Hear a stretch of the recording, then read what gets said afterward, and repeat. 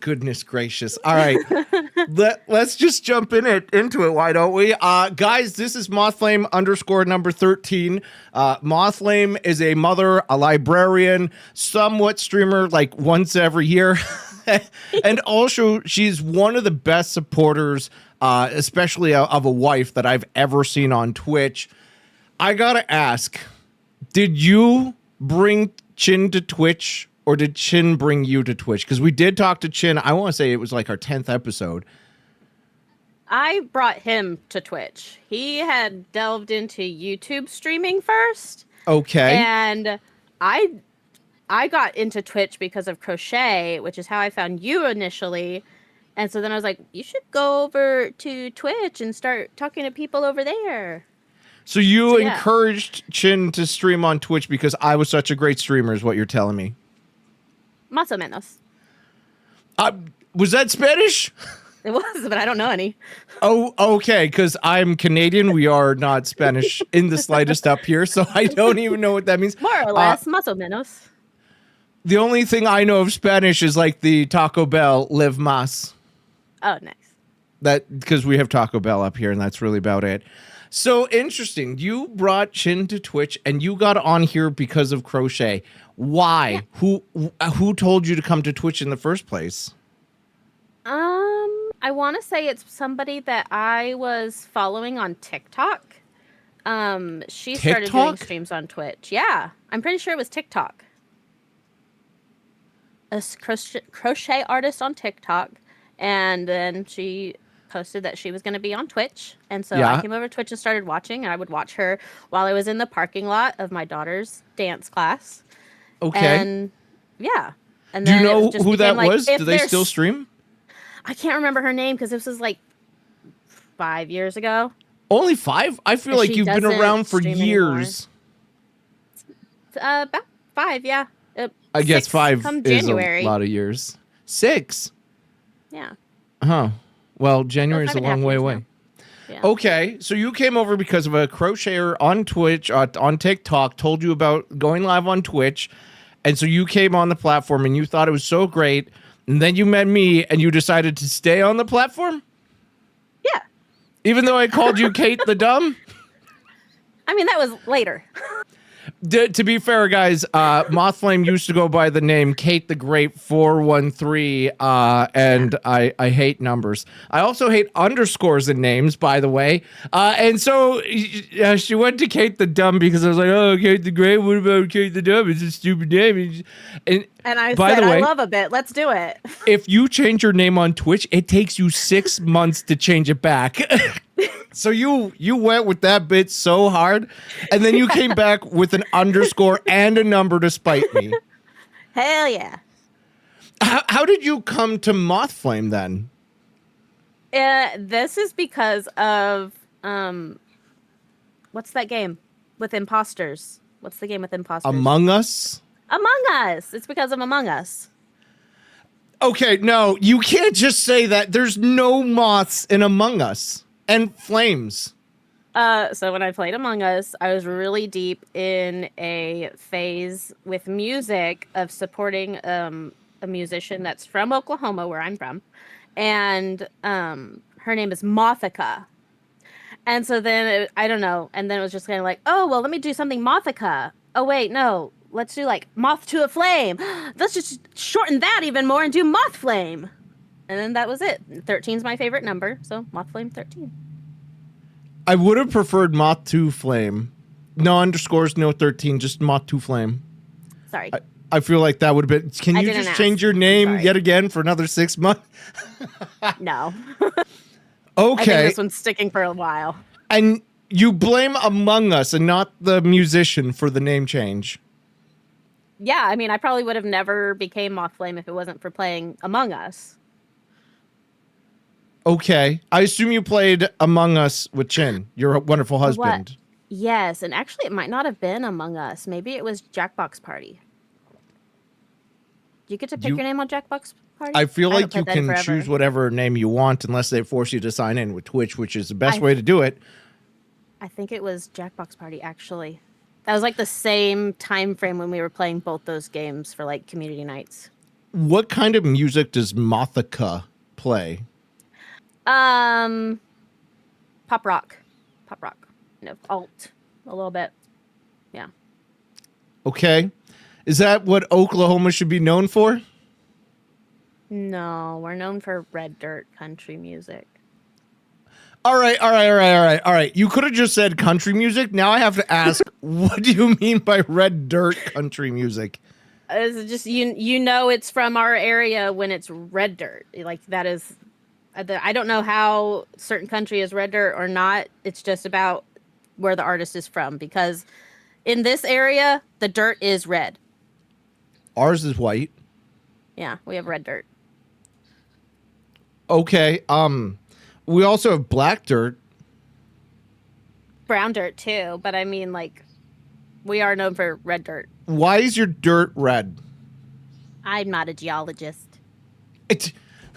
I believe geologists care about rocks. I don't know if I don't dirt... remember Oklahoma history class anymore. I'm sorry. Oh, history now. Why don't you pull out English as well, or like social studies or something? I don't remember Oklahoma social studies. But you are a librarian. No. No? I'm not. I'm a library assistant. Okay, what's the difference? I don't have a degree. I don't have a degree in teaching. I don't have a degree in Masters of Library Informational Sciences, which is what you need to be a librarian. So that's I a don't want to degree? steal. Yes, I don't want to steal a librarian's actual thunder by saying, "Yeah, I'm a librarian." But of course, like when it comes to like little kids, if they say I'm their favorite librarian, I say, "That's cool." Why does a librarian need that much education? Don't they just need to know the Dewey Decimal System? How long do you need to study that for? I don't know. I'm thinking about going to school to get my degree, especially after talking to the librarian I work under. And she was talking about how getting her master's was so easy compared to just getting all of her gen eds. By the way, chat's telling me that it's red because your dirt is rusty. That makes sense. I was going to say something about oxidization and oxidizing and oxidide. You just like the word dye and oxidize. So a librarian assistant that doesn't read books about rusty dirt, eh? I don't. I do all kinds of genres, but I'm really not big into science-y nonfiction. What about history? Only if it's like women's history or every now and then I'll get into like really short histories with like civil rights and stuff. Okay. Yeah. So would you say you're mostly a fiction enjoyer? Yes. What kind of fiction? Lots. I like science fiction, romance, of course. Of course. I feel like I've fallen out of considering myself a fantasy reader. I don't know. Contemporary fiction. I've really gotten into sci-fi lately. I'm starting to get into a little bit of horror, but I don't like full-length horror novels. I just got done finishing an Amazon Shorts collection. So they're really short horror books, and like I can handle that. I don't like reading big horror books. Why? I get bored because my reader red flag is that I will ruin the ending for myself because I want to see all the little breadcrumbs along the way and I don't want to miss them. Okay. That is, so you don't like mystery, like murder mysteries? Not really. Nope. Not really big into the thrillers. Why don't you want to be surprised? Why do you want to ruin it for yourself? I have anxiety. And so you get anxiety from reading? No, I just feel like my anxiety has followed me through my life and into my reading. And so it's just like, you know what? I can just see what's coming. I'm allowed to see what's coming in reading. So do you do that for movies too? Huh? Do you do that for movies too, where you watch the end of the movie or you read about the movie, what the story is, and get all the spoilers? No. Yeah. Do you do that with video games too? I don't play video games. You play cozy games. Don't lie to me. I really don't play many video games, so Okay. Yeah. Why don't you? You play Fortnite. You play just Fortnite. I don't know. I've played Split Fiction and It Takes Two with Chin and love those games. Like, give me all those types of games. I want more of those. I do not play Nikke or Nike, whatever. I don't recommend it. I don't recommend any mobile games. I don't know. It's just, there's also other shoot 'em up games, but I don't know. Fortnite is it for me. So how does Fortnite end? How does it end? I gotta know. I've never seen the ending of that. Oh, so you haven't Googled it or looked it up ahead of time? I told you I don't play video games and find out the ending of the video games. You said you do. You said you do it for movies and video games and books, and you just want to get spoilers. Chat, roll it back. I said I do not do that to video games because I don't play video games. That all right. So you can't just say you don't play video games, and so it doesn't apply. If Fortnite had a story that was like, beginning end, I probably would have ruined it for myself already. Oh, okay. So what books are you currently reading? Do you read one book at a time? 18 books? No. Yeah. No, Basically. don't. How? This is the one that I'm currently focused on finishing because I'm not having a great time. Why? I mean, it seems really boring about a life of a cactus. It's a middle grade novel, which means it's meant for middle schoolers. Mm-hmm. So it'd be good for me. We have the second book of the series in our library, but we don't have the first. I don't know why. I'm guessing it got lost somewhere. Second? No, this one is the first. Oh, okay. So I pulled the second book off of our shelf and was like, ooh, what's that? And I looked inside. I was like, that seems like it would be really interesting to read. It's a teenage girl who was born without arms and her friend who has Tourette's. And they live. I know a girl that has Tourette's on Twitch, and she's super hot, by the way, and nice. Yeah. But like, no arms. She was born without arms. She was adopted by her family, and in this first book, they've just acquired it's not an amusement park, really. I don't know what to call it, but it's called Stagecoach Pass, and so it's like time travel. Pretend you're time traveling back in time to the Western days and all that. And As so a her person parents with are trying no to arms. revamp it. Yeah. She's new at this school. But yeah, I'm not having the greatest time with it, so I can't wait to finish it. But that's my main. Is it because of the reading level that you're not enjoying it? Or is it because it's so weird of a thing to think about? Oh, I'm in the Wild West, but I have no arms, so I can't go and do duels at high noon. I think it's because there's not enough quippy, funny teenager stuff happening. What is quippy, funny teenager? That just makes it sound like it needs to be marvelized.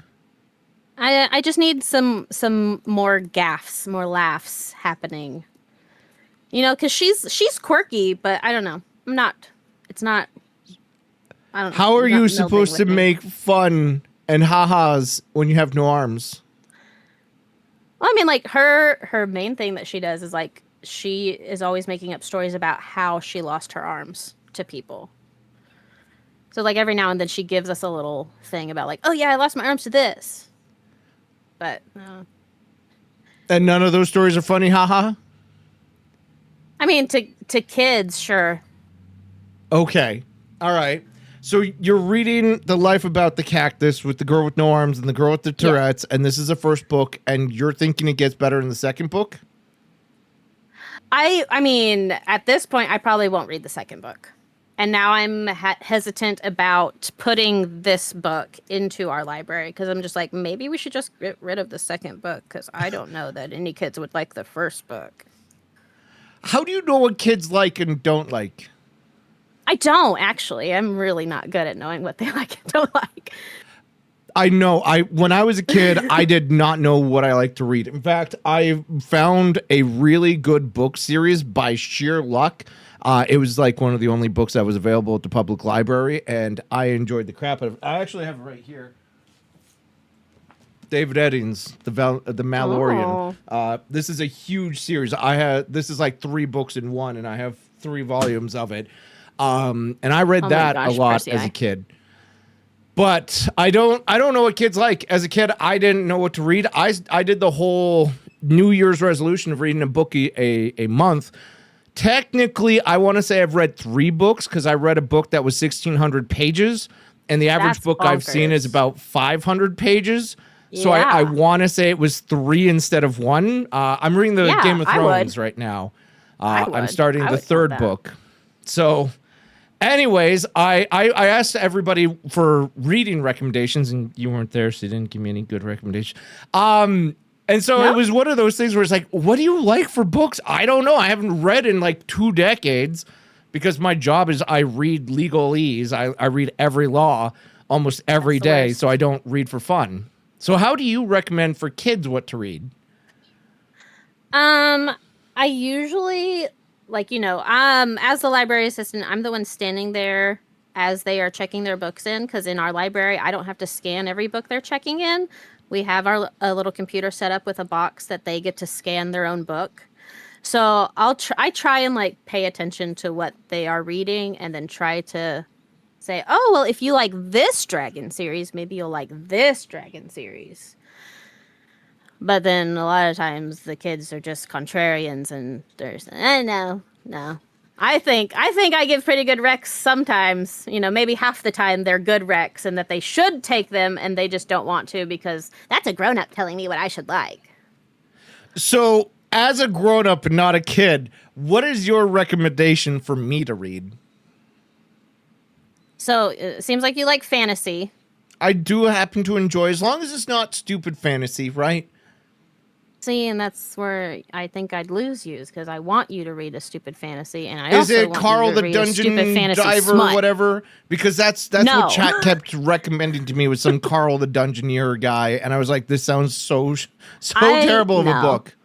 I don't think I would like that book. I put a teacher at our school is currently reading it. I was like, oh, you're reading that too? Cool. He was like, yeah, have you read it? No. And I don't think I ever will. I don't think it's a good book. I'm sorry if it is a good book. I judged it by its cover, and it just sounds so... It's the same reason I have a problem with The Big Bang Theory, where it's like, I'm nerdy and I'm making fun of nerds, haha, but it's not really... Yeah. It's like, the buzzwords, but you're not really being nerdy. Yeah. I don't know. If there was a book that I would recommend to you simply because I would love to get your feedback on it, it would be That Time I Got Drunk and Saved a Demon. But you'd have to This be open sounds to like an anime. It's not. And I really wish that we would get more smut books made into graphic novels. But, say, Levy. Isn't that just porn with more steps? I mean, at that point, it is porn. Sorry, I was looking at my bookshelf because I was wanting to find it so I could show it to you, but I don't know where I have it. So you're recommending I read smut. Why do you read smut? Because I'm nasty. That's not an answer. That like, what do you? Does it like turn you on? Does it tickle your fancy? Why do you read the smut? Because I don't. I've read a couple smuts. Don't get me wrong. Usually fan fictions. I think it comes down to a lot of the times in the books that I'm reading, there are women who are pushing for their own happiness and pleasure and such, penis. and and they always find it. So I like it. You like feel good stories then? Is that what you're trying to say? I like smut because it makes the women feel good? Yeah. Okay. All right. Fair enough. I especially like smut that has himbos. For those that might be watching, not me, because I totally know what this is. I know what it is. What is a himbo? It's a male bimbo.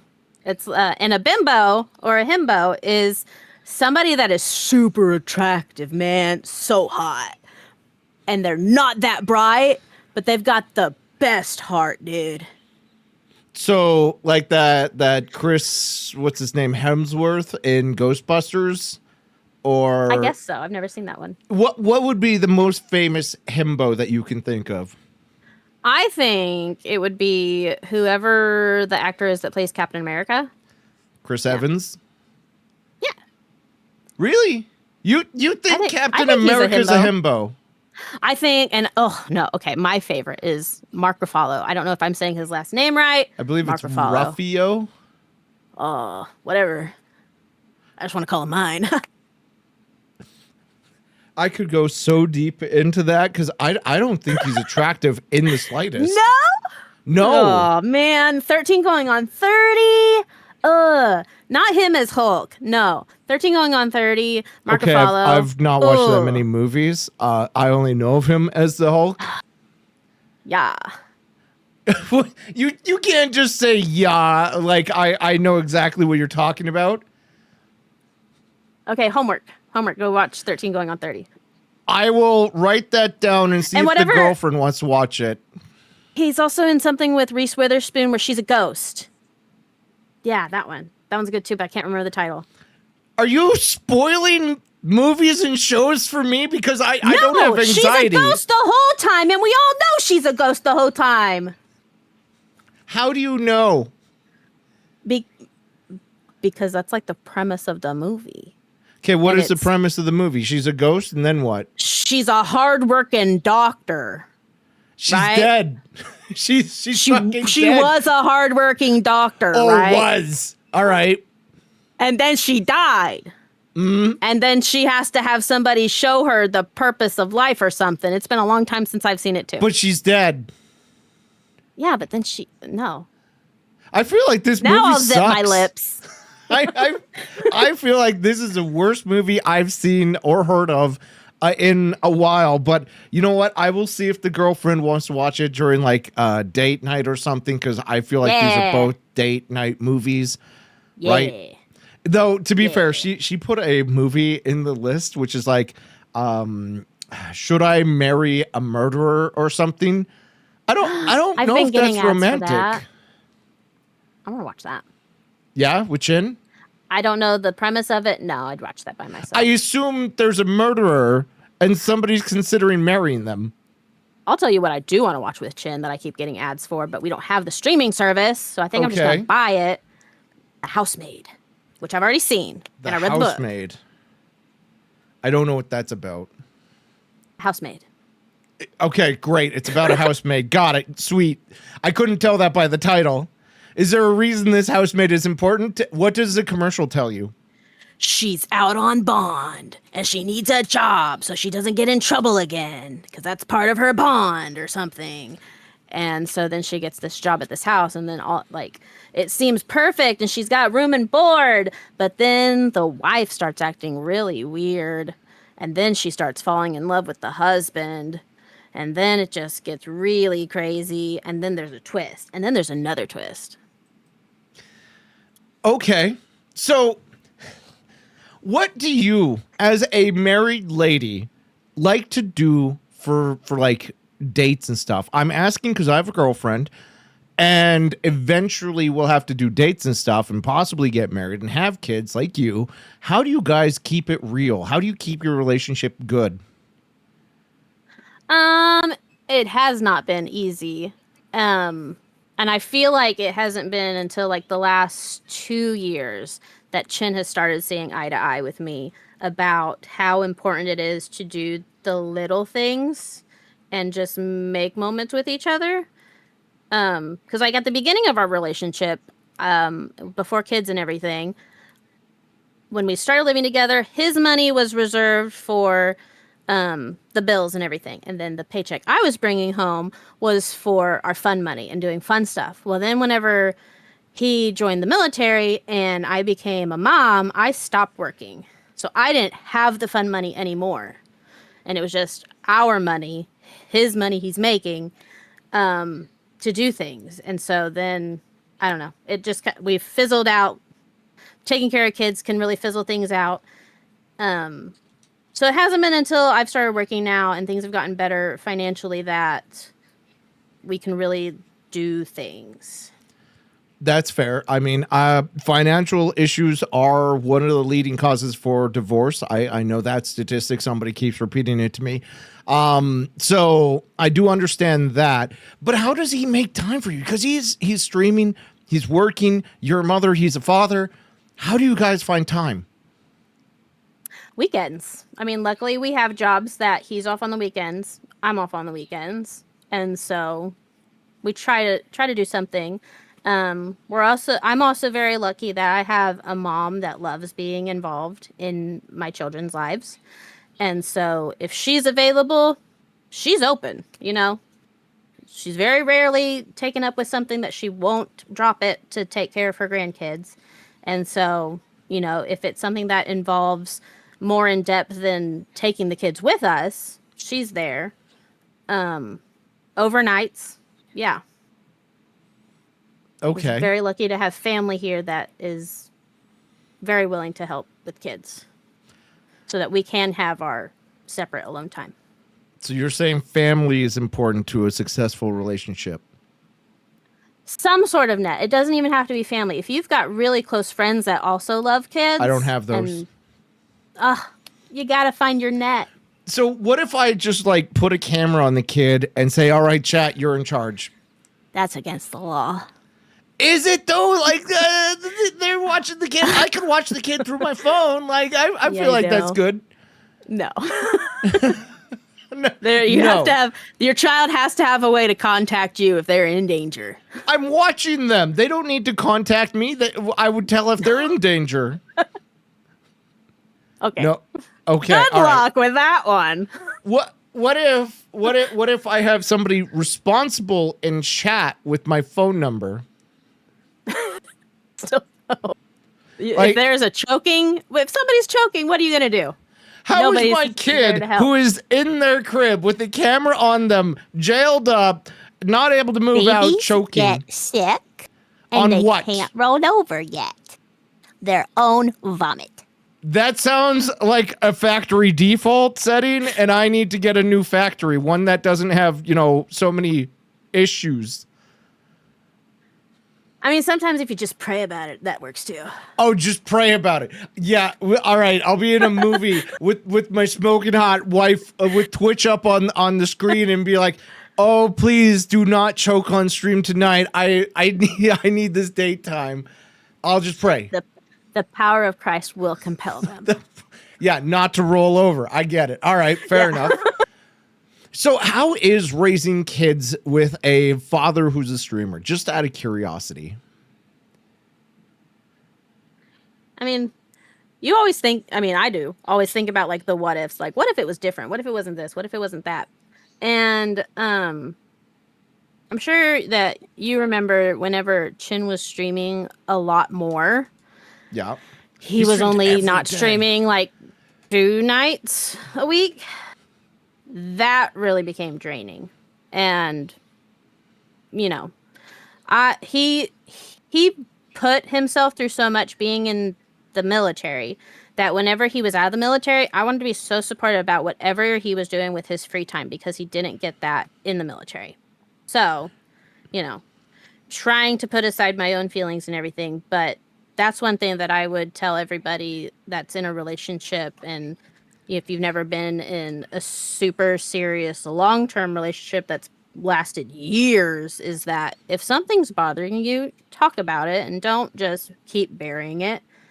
Because like that's after not I just brought for it up, marriage, by the way, guys. That's for friendships. That's for being in a streamer's chat. Like literally, just talk to people. That goes so much further. If you don't say something, people aren't mind readers. They're not going to know what your significant other or your child is thinking. Just talk about it. Yeah, as Chin likes to say, closed mouths don't get fed.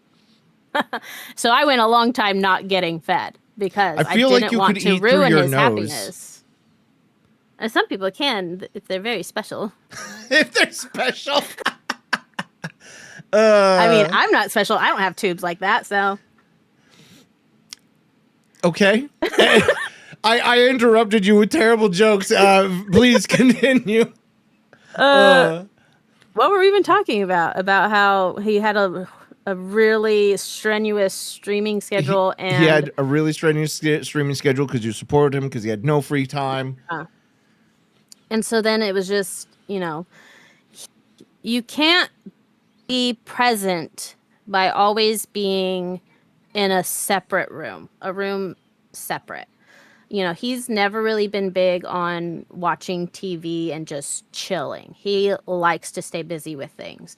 And so when we moved into this house, we all had our own spaces. And that's great to have our own space because when we were living on post before this house, he would have to do all his computer stuff in the living room. And so keeping little children quiet while he's doing very important things in the living room is hard. So him having his own space also felt like a relief at first until it became like he's not present. I'm the default parent. All the kids are always coming to me. And so just talking to him like, you, as a grown up, you get to make the choice of how your kids perceive you to a certain degree. I mean, we are all defined by how we grow up and how our own brain chemistry is. So, somebody was like, oh, this happened to me and I'm just fine. And other people had that happen to them and they're not fine. So, I mean, that kind of goes both ways. But, if you grew up not having your parents always present, think about how that made you feel as a kid and how it makes you feel as an adult now, how you view your parents, and think about, okay, just because I feel like I'm fine because of that experience, is that still what you want for your own kids? I've had to do that. My mom had a bunch of like anger stuff happening when I was a kid, and I've had to really work through that when it comes to parenting my kids. So I don't want to like say this stuff and put it only on Chin. I've had to do this with myself and take the aspects of my mom that I really do appreciate, take the aspects that I wish had been different, and say, I get to be different and I get to make a new pattern. Okay, that's fair. So I see you as one of the most supportive wives on Twitch because I see a lot of people's wives that or significant others, I should easily say, because a lot of people don't care about Twitch because it's such a weird, nerdy hobby people don't really understand, or that, they don't want to share their significant other in such in-depth ways. And plus, some people have DMs where people sneak into and stuff. But I see you being extremely positive about it. Is that a fake front, or are you really that supportive and you love that he's doing this?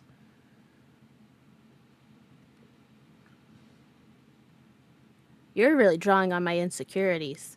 I don't think it's an insecurity. I'm sorry. I see it so like it's incredibly wonderful that from a streamer's perspective, if I had a girlfriend or a wife that was as supportive online in the chat, as active, played all the Fortnite with me, that would be amazing. And I think so highly of you because you do all this, but it sounds like it's not so rosy.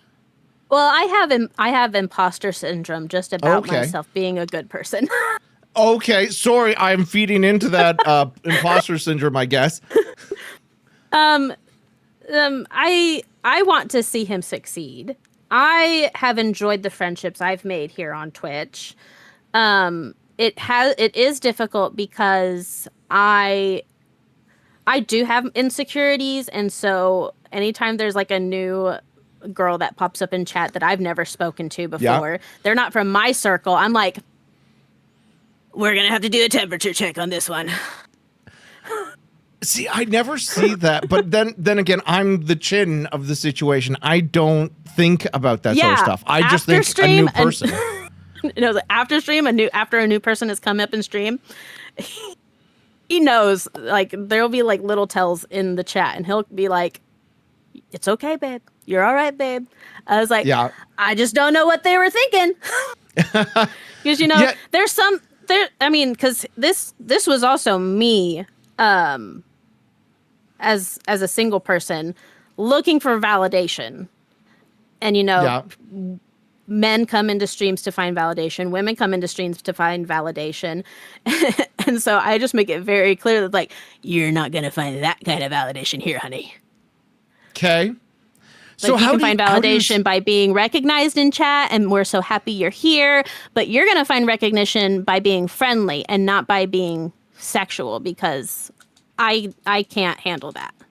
However, Chin is allowed to be like that with men. Oh, so that's I- why you encourage him to kiss me all the time. I mean, to Yes, okay, all right. That's hot. See, I always wanted to know from your perspective, especially because like Chin's community is mostly women, and especially It women is. his age. And I often wondered how much that plays into insecurities because I don't have a major female audience. I think it's a good mix, but it must drive you crazy then. I mean, the great thing is that I've never, I have lots of insecurities, but they don't stem from anything that Chin has ever done. It's Okay. my own demons. It's demons that are still with me from previous relationships. So anytime that I feel a certain type of way, it's just like, has he done anything? No, he hasn't. Okay. It's just me being me. And that's why after stream, he just validates me. He's like, there's nothing to worry about. It is okay. If they do step out of line, it will be handled. Don't worry. And he's like, I just have to stay open to things, and I try my best to not be too hostile, even though that's like the first thing I want to jump to doing is just marking my territory. I'm sorry, you said marking your territory, and the first thing I went to is a dog peeing on a pole. And so I'm Well, yeah, hoping you're that's not whatever- peeing on him in chat. No, this is a metaphorical. Oh, metaphorical pee. Okay, got it. Fair enough. But that is So- exactly what I mean. So what you're basically saying is it does bother you, but the aftercare and the constant validation makes up for it, but it's still something that would rub you the wrong way. Yeah. There's like anytime there's somebody completely new, I always am just high alert to see how they are going to be, because I trust my husband. I don't trust other women. That's very fair. You have to be chill, and then I'll be chill, and we can all be chill.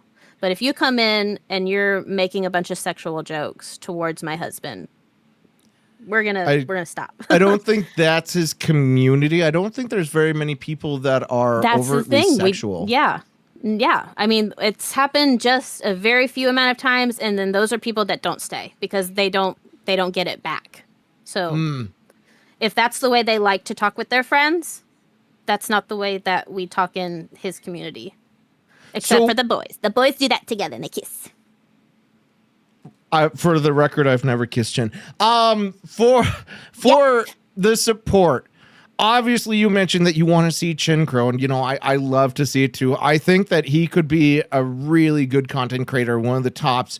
I don't know what he's doing wrong that's holding him back so much. I feel like it might just be an exposure thing. I want to say it's obviously he's not putting enough time, but that would kill your guys' relationship. Right. The yeah. question I'm coming from here is you're not afraid of him making it big and becoming this very popular thing and ruining like your small community, small atmosphere, and him becoming like this massive entity. I mean, if it was that way, it would change things a little bit. I like how cozy we are. I think he's happy with how cozy the community is. Of course, he would like to get bigger. He'd love to be a partner someday. I would love for that for him. I don't know. I'm not personally drawn to huge streamers, so I want all the success for him, but I'm also fine with him staying smallish. Okay, now I'm going to ask you the hardest question of the night so far. Why don't you like big streamers? Why do you go for the small streamers? I have a lot of theories for it. I have a lot of opinions of it myself. But why do you not like big streamers? Validation. I want validation. I crave to be seen. I am a performer. I want to be seen. Am I a performer in my own stream? Absolutely not. That is too much. I was gonna go there. I was gonna be like, if you like to be such a performer and you want to be seen, why don't you stream? I want to be the person that is bouncing off of the main character. I want to Oh, be the so you're supporting the role. support Yeah. role. I get it. Yeah. I see. Do you feel like you do a good job doing that? I think so. Have I you feel like when I was ever- more involved in your community, I feel like I was a really big part in, you know, bouncing off of you with funny stuff, bouncing off of the people in chat with funny stuff. And then I really stopped watching a whole lot of streamers in general. I I'm know, I very felt sorry it. that I'm not Your really presence was present missed. anymore. But I'm very curious. Do you after stream talk to Chin about the bouncing off and see if like you know if it struck home, anything he liked, he didn't like? Very rarely, unless it was Why? bad. And then I was Okay, like, was that if too it's much? bad. Yeah. Did I do something wrong? No, you did not do something wrong. You're an amazing person in my chat. Anyways, I always loved having you around, so I feel like he also does. Also, when I'm in a stream, you're not the person that makes me hate his stream. That's him. A good question from chat came in of, what do you consider a big streamer?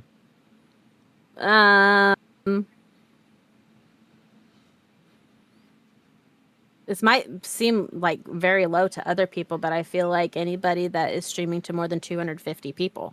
250. I feel like that's Yeah. high. Jesus Christ. I feel like anybody streaming over 50 these days is a big streamer. I would say See? you're a giant streamer if you're over 1,000.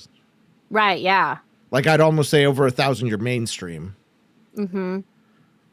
So I don't agree with the 250, but you know it's in the ballpark, I guess.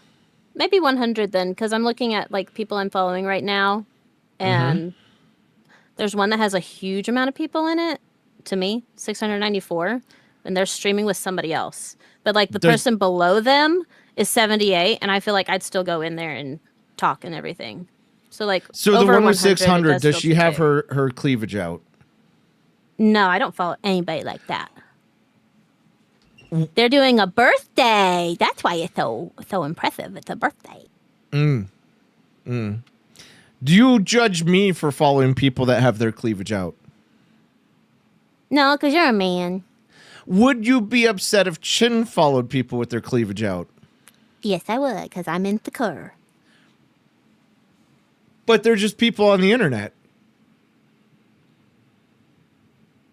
But I feel like if my husband's going to those people, he's probably seeking some sort of validation or what's the word I'm looking for? I'm not looking for validation from those streamers. I hardly even talk in their chat because I don't want to be seen in those streams, first off. Second off, it's usually as like a side stream where I'm editing, and every now and then I look over and there's boobs and it's a nice view. Stimulation, that was the word I was looking for. You're going there for some sort of stimulation. I don't think that I'm getting stimulated. I want to compare it similar to like guys putting up posters of those big boobed girls in their garages. You know what I mean? The calendars. You don't know what I mean? I know what you mean, and I just had a song come to mind about how I feel about that type of stuff. And Men who what's- do that. What's that song? It's like the doll people The doll people. and how women are seen as doll people. So like they're beautiful creatures until they're talking. Don't talk, doll people. You're not wrong. I do feel that way about Yeah. a lot of celebrities. Yeah. The doll people are quiet. What is there to say? Art does not interpret itself. It is there with something. I can't remember how the rest of it goes. And I like women are art, and they don't like men are there to interpret that art, and your value is from how they interpret you. And yeah. I'm not good at art, so I really hope that does not apply here because holy, I'm not going to be very good. Okay. So what do you watch on Twitch aside from nothing much these days, which I do feel that's a mood? So if I am on Twitch these days, I'm probably in a co-working stream. Okay. For reading crochet. purposes. Oh, for reading purposes. Or crochet. Yeah. So you read? like I had a huge gap in crocheting and I've just started doing it again. You want to see what I'm working on right now? It depends. Does your kid make better things? Okay, never mind. I just get to see it. Yeah. You don't get a choice. I asked a redundant question. Okay. Well, it looks great. It looks actually better than my current project. Which way? This way. I do crochet too. There's no tail, Lovely. but obviously your kid's been doing some art, showing it off to stream. Yes. How she's do you currently feel doing about that. your kids being on stream? Would I ever want them being on there as the main attraction? Absolutely not. What if they were like adults? If they're adults and they're wanting to stream, Yeah. I mean, they're adults. They can make their choices. Okay. Yeah. I'm going to be supporting mom. But until they're adults, you don't want them to be streaming. No. Okay. Somehow I feel like this is weird. I would not want my kid to become a streamer or to stream when they're an adult because I feel like it's I feel like it's a trap. I feel like so many people think that, not only will they strike it rich or famous or something.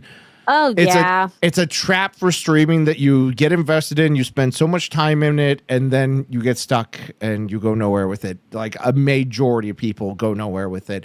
So it feels like a waste of time. I also don't like the fact, especially when I was a kid, I'm so grateful we didn't have recordings. So all the illegal and stupid shit I did not make it online. And I really feel so bad for kids these days because everything is recorded. Everything is put online. Yeah. So I feel like it's a no for me across the board. But I'm not in control of my kids when they're adults. Yeah. Can I turn the tables and ask you a question about how you feel about parents who share their children on social media? I'm not a fan of it. I feel like the majority of people that I see doing that are using their kids as the content and kind of trying to like, oh, look at this person. They're cute. They're adorable. They're better than me. And they're like trying to shield a lot of criticism and stuff because they have children. Like a lot of the family YouTubers that I've seen, like the box openers or toy review people, it feels really weird to me. And I also feel like you're teaching, not necessarily acting, but I feel like you're teaching the kids the wrong way to send a message and to interact with people.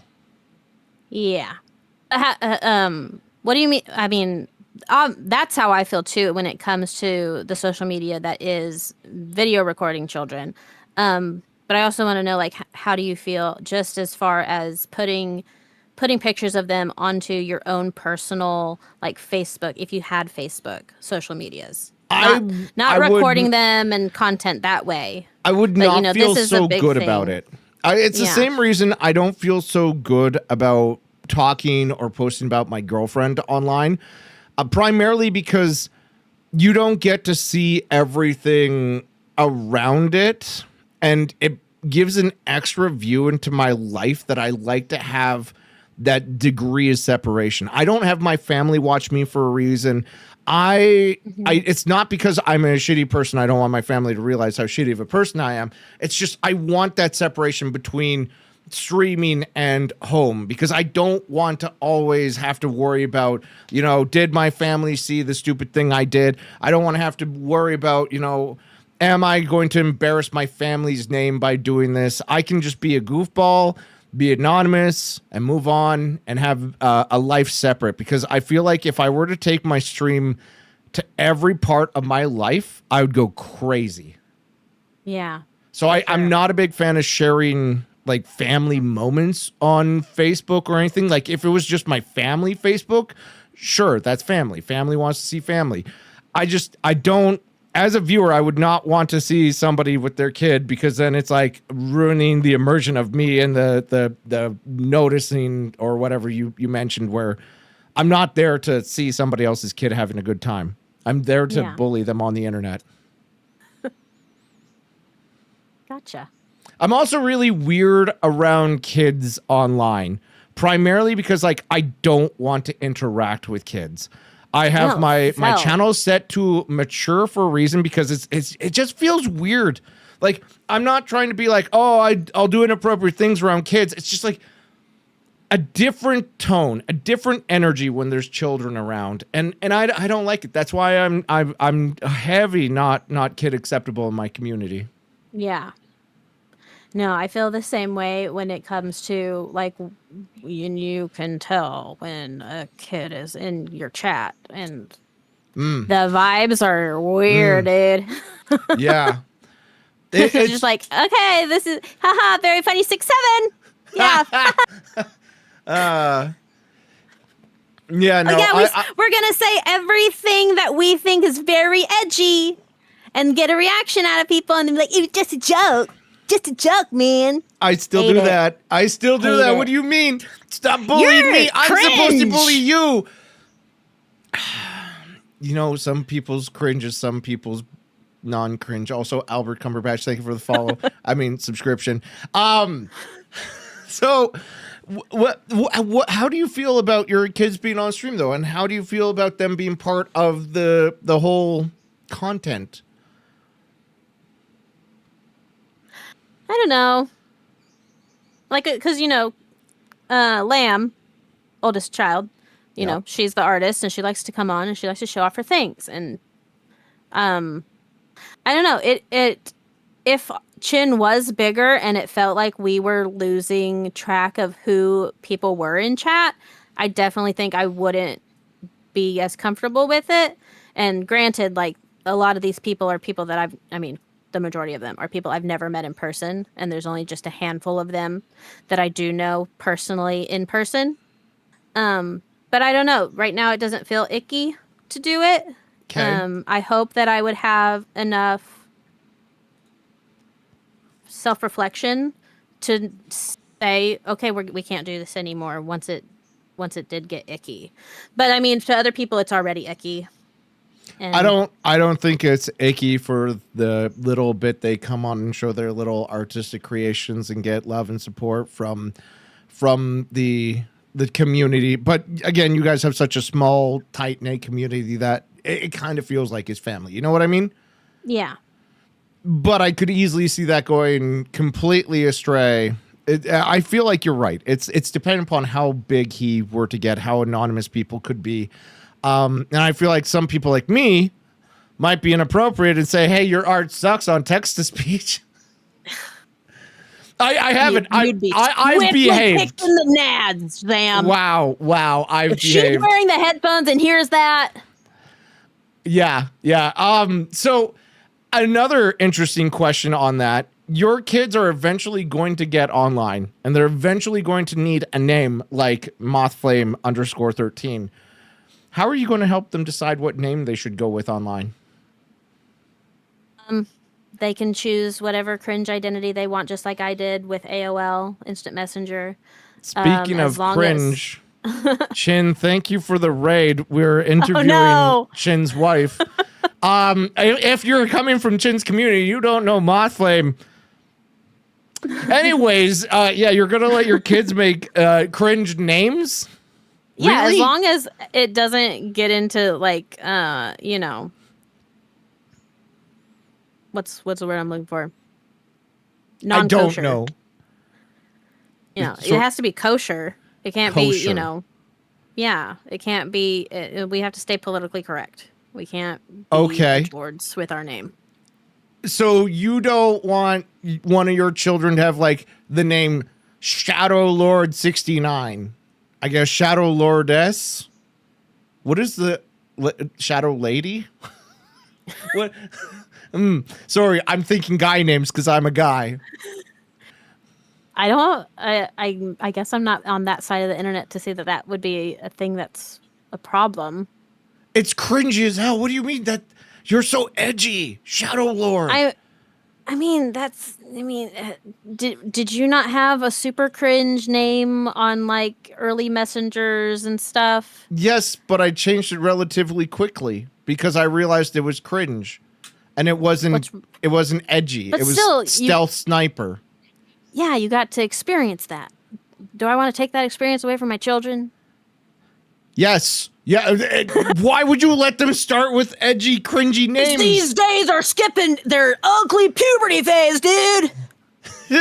Why would you want them to go through that phase when you could help them? You're an That's adult. character. Builds character. You can build characters other ways. Why? Why? I don't know. Sometimes some things you just have to keep organic. Okay, so you would literally let them make whatever name they want. No, not whatever name they want. I'm gonna be there so that it's not like super icky. But yeah, Why can't they learn from that? It builds character too.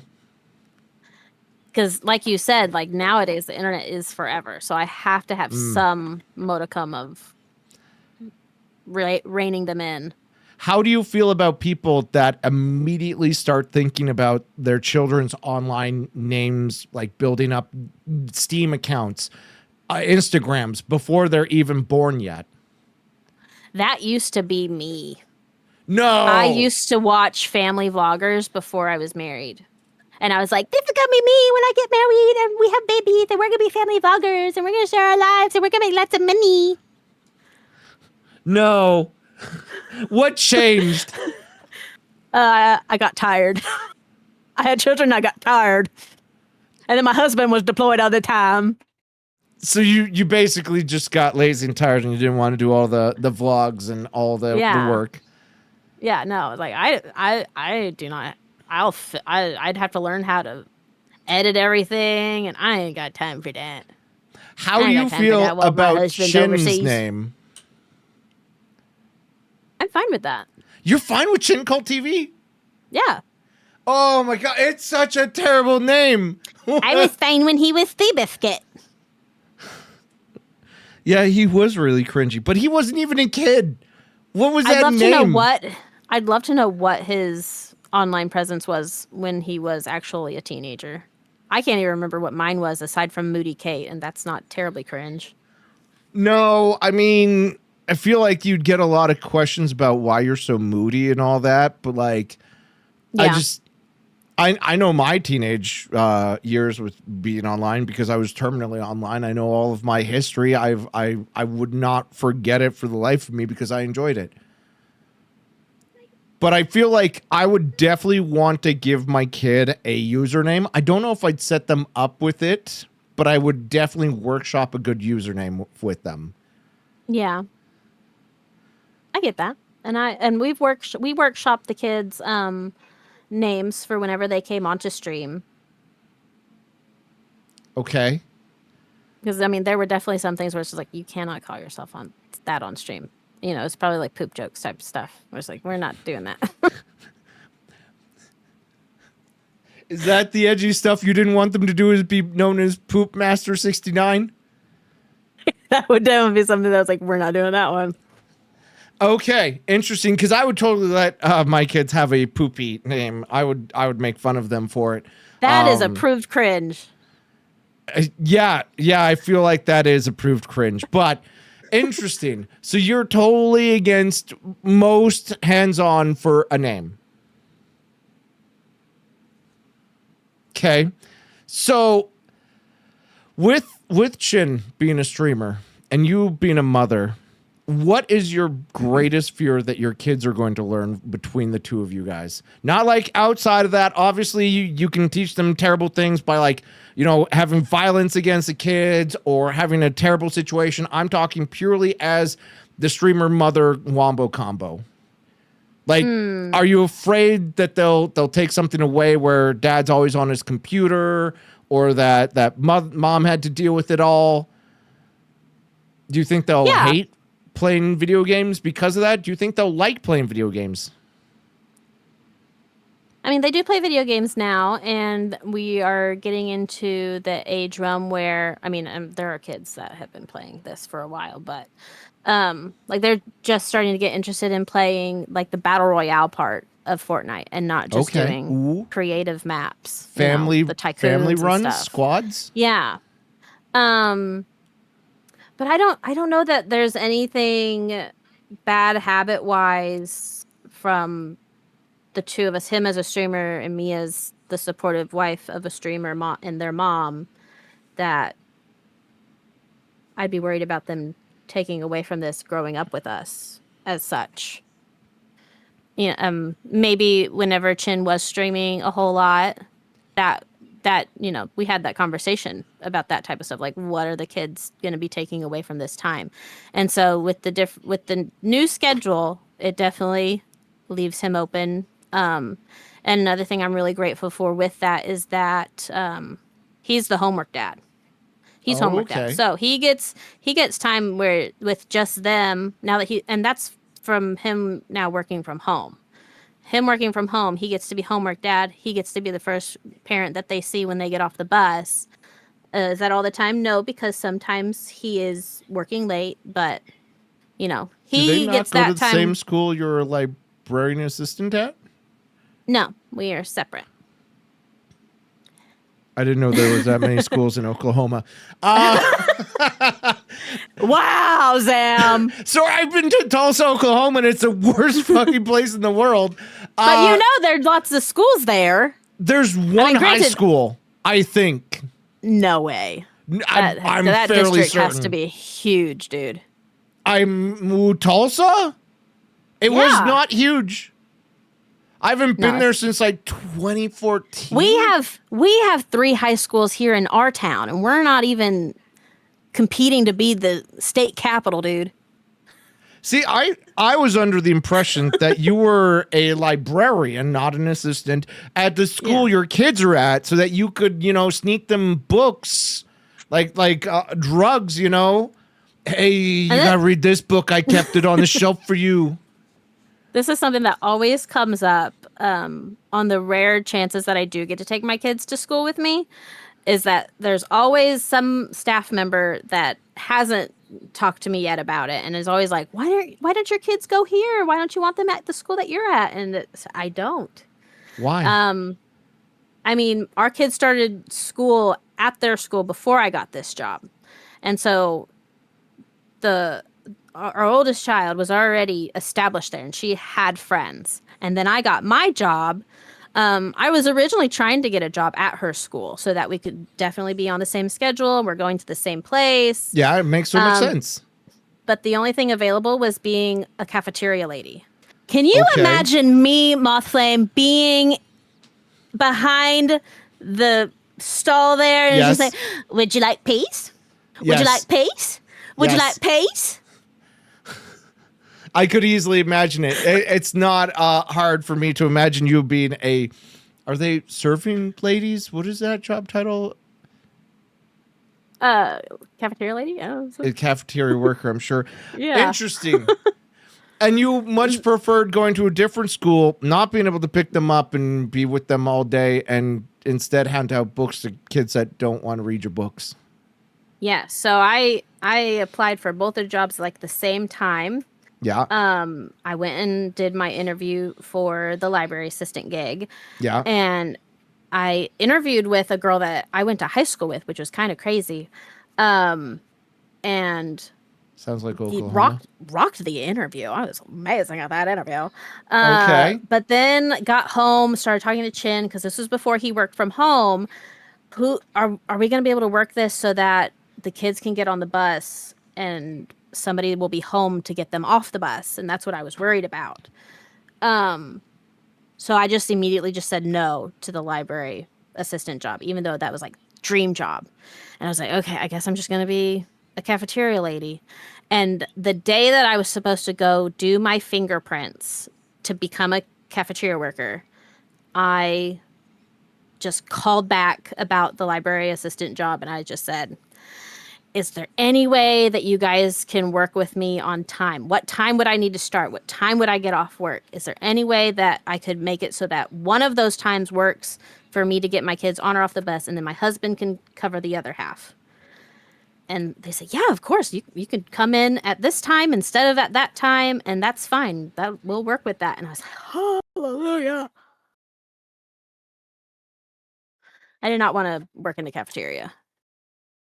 Bless you, bless you, bless you. Thank you. I'm very curious. Why fingerprints for a cafeteria worker? Because you're working at a school. You're in the government. It's a government job. You have to do All your government fingerprints. jobs need fingerprints? You have to do fingerprints for the public schools to make so they can like make sure you're not a criminal. Okay, so they're just criminal checks. It's not like as if you're going to cause a murder or something. Right. I mean, to make sure that Okay. you haven't done that or yeah. What if you did and you got away with it? What is the rest of the interview process like, though? You said you rocked it. How do you become a librarian assistant?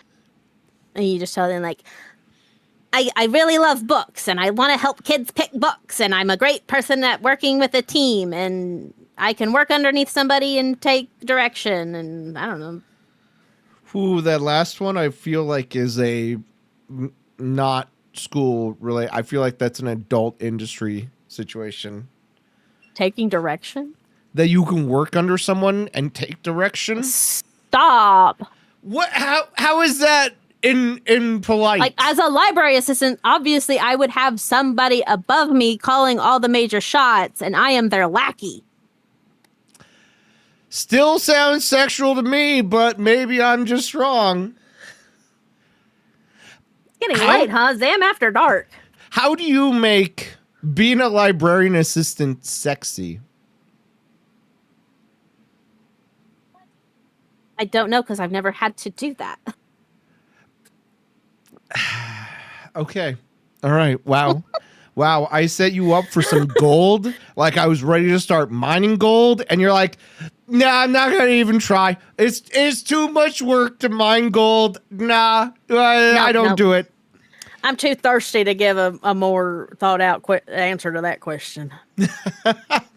Okay. All right. Professor Halo, thank you for the follow. I've been calling every sub follows today. So how do you feel as the wife of a streamer about the income of a streamer? I don't know what he makes. Aren't your finances together? I thought you said. We have joint and we have separate. We each have our own separate. Okay. So, I don't ever touch his money. He gets to do what he wants with it. Put it So back he into gets to keep his streaming. streamer money and he gets to Yeah. reinvest it in the stream and become a better streamer? Yeah. Huh. I don't touch that. I don't mind. If he decides to put some of that into the joint, do that. But that's his call to do with that. He's the financier. He's the guy. So he does the taxes He makes too? the budget. Yeah. He does the budget. He does the taxes. I'm just here to look cute. Well, thank you for looking cute on my stream. However, I've been watching the financial audit by Caleb Hammer because there's so many episodes and I can't watch enough of it. I've been watching about how couples don't share all their finances, and one of them's almost always ignorant with their finances, and that's why they go on the show. How do you know that your household's not in a bad situation? We haven't gotten any bad letters in the mailbox yet. Okay, well, maybe that's Nobody's kudos calling to me Chin. asking me for money. Can I have your phone number? not to pick you up. My ex-boyfriend put me down for things, and I got phone calls about his car. I just want your I've money. been down that road before. Fair. All right. So, how did you meet Chin? At a bar. No, that doesn't work. No. I've gone to bars. What do you mean you met him at a bar? Okay, so we had a mutual friend, Okay. and she was in a fraternity that Okay. was the sister fraternity to his. No, sorry, I got that backwards. She was in a sorority, and then that was the sister sorority to his fraternity because he was a frat guy. I wasn't in college anymore at this point. And so I had just started hanging out with her pretty much. I had not been a good friend with her for a very long time. I can't even remember why I started hanging out with her, but I did. And so we're just like, oh, let's go to the bar tonight. And my friend's going to come and you can meet him. And I'm just like, why are you wanting me to meet this guy? He is obviously digging you. Like, that's your thing. So yeah, we met because I think she was trying to get me and him to become, friends, maybe something more. But like when I first met him, he had a crush on her, I believe. And then we just kept hanging out, and then I started hanging out with just him by himself. And yeah, something More developed, and it was a beautiful thing. So how did he win you over?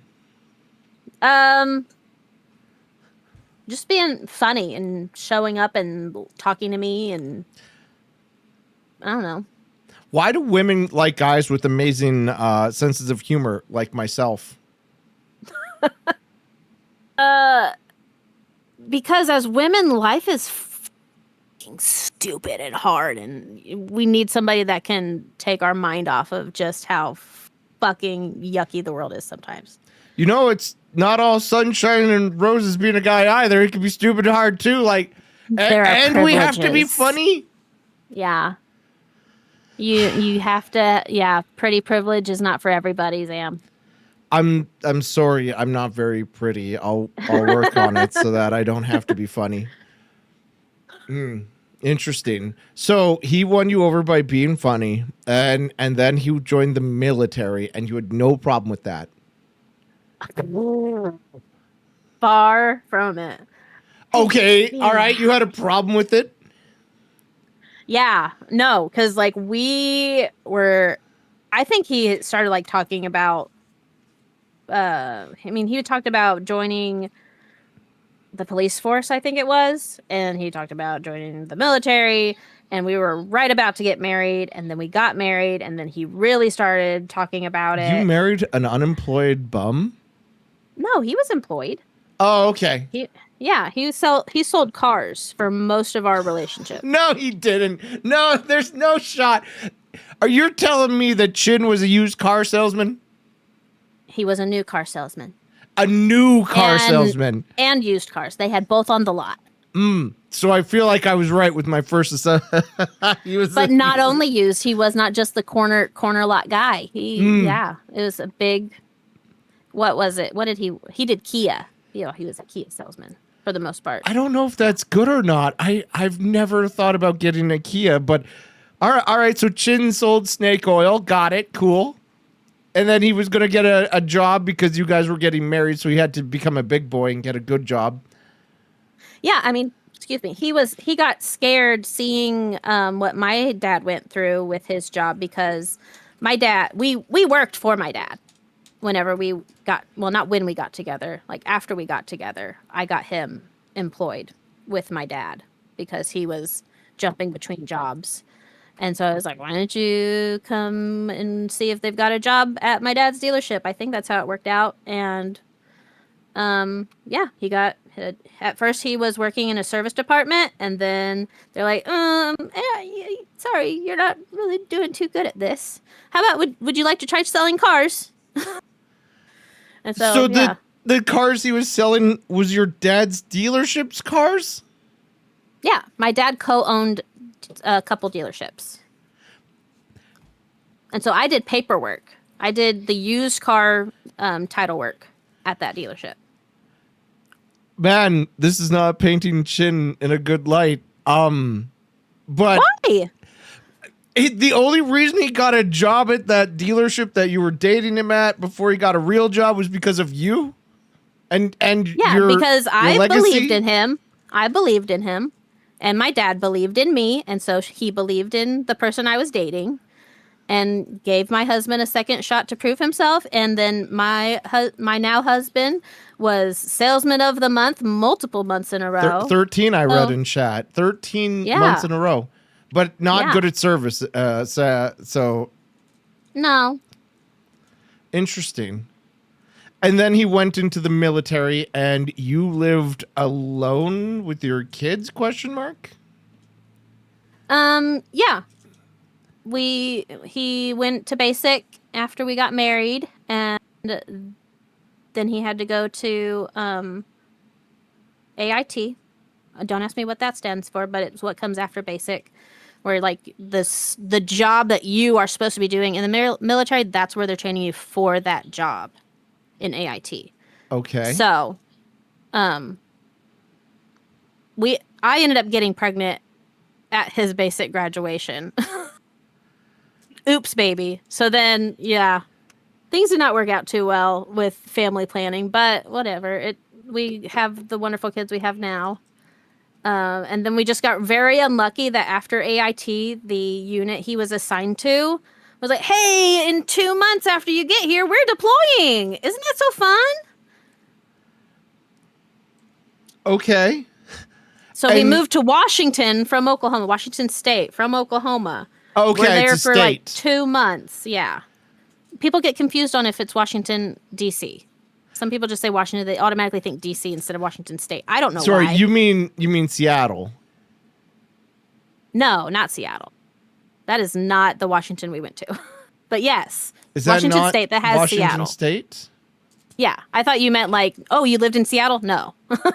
So I consider But yes. that a state because that as a Canadian, that's the only thing I know about that state is their Seattle. Ah, gotcha. It's kind of Yeah, like how so- Washington, the city, is. I treat it like the state because it's literally just Washington. Yeah. Gotcha. No, I don't know. I always have to distinguish that it's Washington State because we're like, oh, you went to Washington, D.C.? No. Washington State, the state of Washington. Okay. How did you enjoy living in Washington? Oh, I miss it. What do you mean? I loved it. How I is it loved so? it. There was so much more to do, I feel like, and maybe that's just the novelty of it. We moved away. What from is the there place to that do we in grew up. Washington except for cross the border and go to Canada? It felt so much more family friendly than our town. Our town did not have a lot of stuff Family going on for friendly? families. Yeah. I mean, being outdoors, the mall that was close to us had like an indoor toddler play place that was amazing. The weather was nicer, even though, everybody was like, oh gosh, the rainy season, it's going to be awful. I mean, it was awful for me because I was dealing with postpartum baby blues, but other than that, like the rest of the seasons were beautiful. I wanted to be outside when we lived in Washington. I don't like being outside in Oklahoma. Why? It's not as beautiful. There's not as many trees to keep you shaded if you get hot. It's hotter. Bugs are worse. Washington has moss, and moss is very soft, and it's nice. Did you go outside barefoot to walk on the moss? Oh yeah, I did, because it was right outside my back No. door. No, you can't tell me you walked barefoot around outside. Hell yeah. So, you're a hippie. No. You, Can a normal person not walk around outside barefoot and touch the moss and No, hug the trees that's a and hippie move. talk That's to the like- birds? talk to the birds. I own birds, and I don't even talk to my birds. So yeah, you're right. Definitely a hippie. So why Oklahoma then? I assume it was because Chin's job. Like, why are we here, settled here? Yeah. So first joke about the Army was the fact that we got to a new place and he got immediately deployed and I'm pregnant and had my baby without him there. Big joke on us. Second joke, guys, when we get back from our deployment, we're moving back to where we're from, which is the post that you just tried to get away from, which is here in Oklahoma. So we were there for about a year in Washington State, and then his unit got moved back to their home base or whatever they want to call it, which is where we're from. That he tried to get us away from so bad. But he's And no so then longer in the military. You guys could have left. Yeah, but at this point we have kids.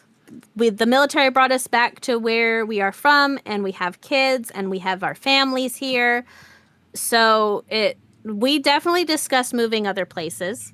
We talked about going to Missouri and Kansas City, which his mom would have been absolutely over the moon for. You are, and then you have to think about the kids, but then also the job opportunities that he was given. It just worked out that money-wise, it just made so much more sense for us to stay here, have our kids grow up around their family, have a support net here, and then when the kids are bigger, we could see if, we could go back to the Pacific Northwest or explore somewhere else. How big is bigger? What do you mean? Like, is this I assume you guys have junior high school? Would that be the time when Oh, they're it's the going kids from- when the kids are bigger? Yeah. I don't know. I mean, maybe it would just depend on if there were any opportunities that became available, but definitely, yeah, junior high to high school age. Okay. Or But like beyond. between the swapping of the grades, if you would, the school Yeah. levels, the tiers, I don't know Yeah. what they're called. I imagine you do because you're not only book smart, but you work in the system. I do. I'm part of the system, man. The way you say that makes me scream you're a hippie. Jesus. And you say you're not a hippie.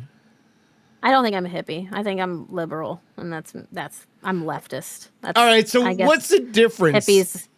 I mean, you say hippie, and I just think of the '70s hippies and Yeah. weed and Yeah. free love and all that. And it's like I don't do that. Yeah. I don't do the drugas. Why not? I don't like the fear of losing control of myself. I don't touch that. I grew up very straight edge. I grew up in Baptist church teachings, going to what was it called? It was Wednesday services with the teens. So it's like, I'm not going to have sex until I am married, and I will never do drugs, and I've pledged my virginity to the Lord. So you owe your upbringing and your youth hatred of group, drugs. thank you. What? I'm sorry, I kind of missed what you said. You blame your upbringing for your hatred of drugs and why you wouldn't do that, and that's why you're not a hippie. I don't hate drugs. Okay. I don't hate them. But you'd never do them because you're concerned that you'd lose yourself. Yes, but I'm not saying never. I would have to be. I would have to have chin there, I think, in order for me to feel comfortable doing them. All right, so what if you, Mel, Dark Agent, Chin, myself, let's toss Scott in there so it's a perfect 6, all got in the hot tub, and Mel pulls out like some mushrooms. Are you down? No. Is it because I'm there? Yes, Sam, you're the main character in this story. Villain. Yeah. Okay. All right. I would imagine the first drug I try is mushrooms. Imagine that. With friends in a hot tub. No. I feel like there's I think- nothing that can go wrong. My entry point is going to have to be some sort of like edible, and it's going to have to be very low dose, and I'm going to I'm going to make sure I have my anxiety medication strapped. Okay. Interesting. So you're not interested in trying new things is what I'm understanding here today. Maybe new books, Yeah. but not new experiences. No, I'm very scared. Like, I already have bad anxiety, and I hear about people talking about their bad trips, and that is what keeps me from doing drugs. It's like, my brain sends me on bad trips by itself, guys. I don't need to. What if take the some mushrooms chemicals. fix that, though? I've heard many people say that that's mushrooms fix true. things. I've not That's done mushrooms, so true. I don't know. That is true. That's the what if, the possibility of not. True, fair enough. So, what is the most scariest thing that you can think that you've done? Was it moving to Oklahoma, moving away? Was it letting Chin go to be serving away from you? Was it getting pregnant and having kids? Like, what is the thing that scared you or made you grow the most as a person? It didn't scare me in the moment, but now, Definitely online dating, meeting somebody, talking to somebody for a while, going up to Oklahoma City for a friend's birthday, and then saying, all right, guys, I'm out, telling only one of my friends an hour and a half away from where I'm at that I'm going to go and meet this guy that I've been talking to online by myself at his apartment. No. Yeah. No. That's a huge Why? I wanted validation. From a guy online. Yeah, I thought he was really cute online. I show up, he opens the door. There's lawn chairs in the living room. The mattress is on the floor. And I hear that that's pretty normal, but in my scope of living at that time was not normal having a mattress on the floor, dude. I have a bed frame, so I have that going for me. I have a lawnmower in my stream room. When I started streaming, I had the plastic white lawn chair and it broke, and I had to get an actual chair. Bad. But no, and then like seeing him in person, I'm just like, that guy has MySpace angles down pat. He did not look the same. So how did you get out of there? And then it got even scarier. He, went inside, and then he's like, "Oh, we could be more comfortable if we sat on my bed." Actually, really need to go. And the fact that I got out of there without anything bad actually happening to me, I just thank whatever that guy was not a super duper uber creep. So you did online dating before Chin, which is why your friend convinced you to meet him? My friend didn't convince me to meet him, unless you're talking about the mutual friend, boyfriend. the person from the fraternity, the sorority, whatever. Oh. I think I've gotten lost. I just wanted to know the timeline of when you did the online dating. Oh yeah, this happened definitely before Chin. When was this? Oh, I would hope so. It would be really awkward if, me and Chin, we're dating. But before meeting Chin, I mean, me and Chin were friends for a while. So, I mean, I could have done online dating after I had met him before we became an item. So, see, I assumed that was only like 3 months that you met and talked to him before you became an item. So I didn't think it was that long. I mean, that's basically it. Yeah. Am I right? Zam's right again. Put it in the jar. It was like July that we met. And then I don't know when we really got official. I just said we were definitely official by October. How did you make it official? We didn't until I would like look back and I was like, what day should like we officially have been started dating? Well, 13's my favorite number. And I'm pretty sure it was sometime in October because we stole Ashley's jack-o'-lantern together, and after that, it pretty much became official that me and him were a thing. What do you mean you stole a jack-o'-lantern? She had just carved a jack-o'-lantern and had put it on her porch, and we were hanging out together. And I was like, wouldn't it be so funny if we kidnapped her jack-o'-lantern? And blindfolded the jack-o'-lantern and took it on a wild ride while taking pictures of it and sending them to her and be like, if you want this jack-o'-lantern back, you're going to have to something or other. And so it went from kidnapping to straight up stealing? We brought it back. We basically borrowed it. So you didn't stop to think, hey, Chin, can I be your girlfriend? That never happened? You just automatically were boyfriend, girlfriend? Nobody acknowledged that? Feel like, yeah. We didn't define the relationship until like after I feel like it was already a relationship. Okay, so then who was the first person to say I love you? I don't know. I really don't know. Chat wants to know if she paid the ransom for the jack-o'-lantern. Yeah. We were being gremlins together, make a ransom note and everything, yeah. And she paid the ransom. It's probably him. No, I mean, we just got sick of the bit and we decided to go over to her house and I put my legs in his lap and he just rubbed my legs and I was like, this guy's nice. I like this guy. Ladies and gentlemen, you guys now know the secret to making a woman love you is to rub her legs. Oh, and be nice, not creepy. Make sure you have furniture in your house. Not patio furniture. Make sure it's good furniture.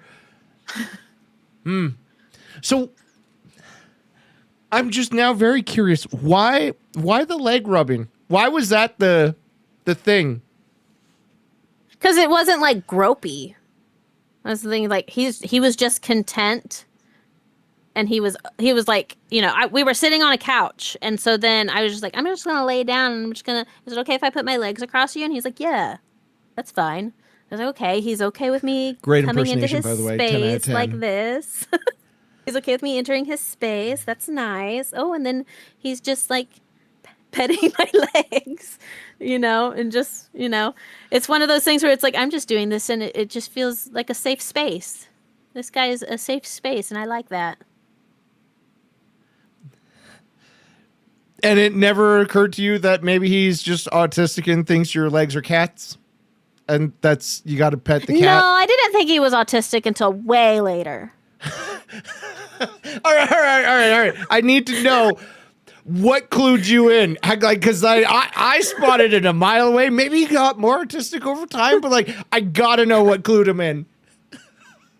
I don't even know. I can't remember. No? Oh, I feel like that's a No. life-changing moment.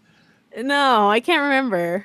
Huh. I can't remember when it was like, oh yeah, he can hyperfixate on things and then he likes things a certain way. And if they're not that way, he gets a little cranky. Did he ever take that autism test that I took once? I think he did. Oh, but you don't know what the score or if he scored really high on it? No. Have you ever taken any of those tests, like the Myers-Briggs or whatever, any personality quizzes? You've never done one? I don't think so. Not even like a BuzzFeed, I've- what Power Rangers are you? Oh yeah. No, I've definitely done that. And I did one when I went to therapy that one time. But I don't remember what my outcome was or what it exactly was. So what Power Ranger were you? I don't remember. Do we want to take a quiz right now? No, that'll take forever. And then what quiz you take and what if I side don't like the quest. results? I do enough side quests on every other stream. I don't need one during the podcast. So that might be something I do as a bit to warm people up. Hey, welcome to the show. We're going to introduce Mothflame over here. Let's do a random BuzzFeed quiz. After What we find Hogwarts out house you what in? kind of cake she is. Oh my God. That I took one of those and chat has never let me live it down. It was literally because of Pick Stitch. And the quiz was, how gay are you? And I ended up 60% gay. And Pix is bi, and he scored lower than me. Every person I knew that was gay or bi scored lower than me. I was the highest scoring straight gay man. I just watched those clips from one of your previous podcasts where they're like, I'm gayer than gay men. Yeah, that was the Pix podcast because we had a lot of gay people take you that quiz. had a VTuber of some sort. I've had many VTubers. Why aren't you a VTuber? Because I don't know how to do that, and I don't know how to ask for help from my husband. You know, it's really easy. You could just go, Chin, can I put my legs on you and you can make me a VTuber? Letting a man do something, and I don't like that. Okay, what if you gave it to Jay Honey, right? Jay Honey knows a thing or two about technology. Jay, honey, do you want to make me a VTuber star? If you were a VTuber, what kind of VTuber would you be? A moth, obviously. A very pretty girl moth. I feel like I walked With into big that one. boobas. No, And her hair changes color whenever she wants. And the curtains match the drapes in your fantasies. so moths are not mammals. They don't have boobs. A VTuber is only limited by their imagination, Sam. And I have a big imagination. I asked this VTuber that you were talking about a similar question since you talked about big boobs on your moth. How big would you make your VTuber boobs? so big that they hurt the viewer. I don't think that's possible. Like you'd be like, dang, those would hurt if they were real. As a viewer, I never think about that. I'm not gonna lie. I've never looked at a VTuber and You thought, never man, think of a woman's pain, Sam. not a cartoon girl on the internet. No. Oh my gosh. I feel like I have Objectifying. a large separation between reality and cartoon people's boobs. I guess you have a point. You have seen more cartoon booba than me. I'm also, it's like, why would I care about jump scares in a horror movie or a horror game, I should say, because I'm not that character. They can die. I'm fine with it. So like, I have that degree of separation from these things. And it usually hurts me because it's like, I don't get immersed in the stories very much. Oh, see, no, I have so much empathy. See, when Edward Stark died, I didn't like Game of Thrones. And then I liked another character, and that character died. And I'm wondering why I like Game of Thrones. When Glenn's eyeballs got knocked out of his head in The Walking Dead, I died that day. I didn't. He got I what, couldn't watch what the he show for the deserved. rest of the time. Nah, couldn't do Negan it. was actually my favorite character in that show. Even his redemption arc was amazing. I'm sorry, you just like bad characters.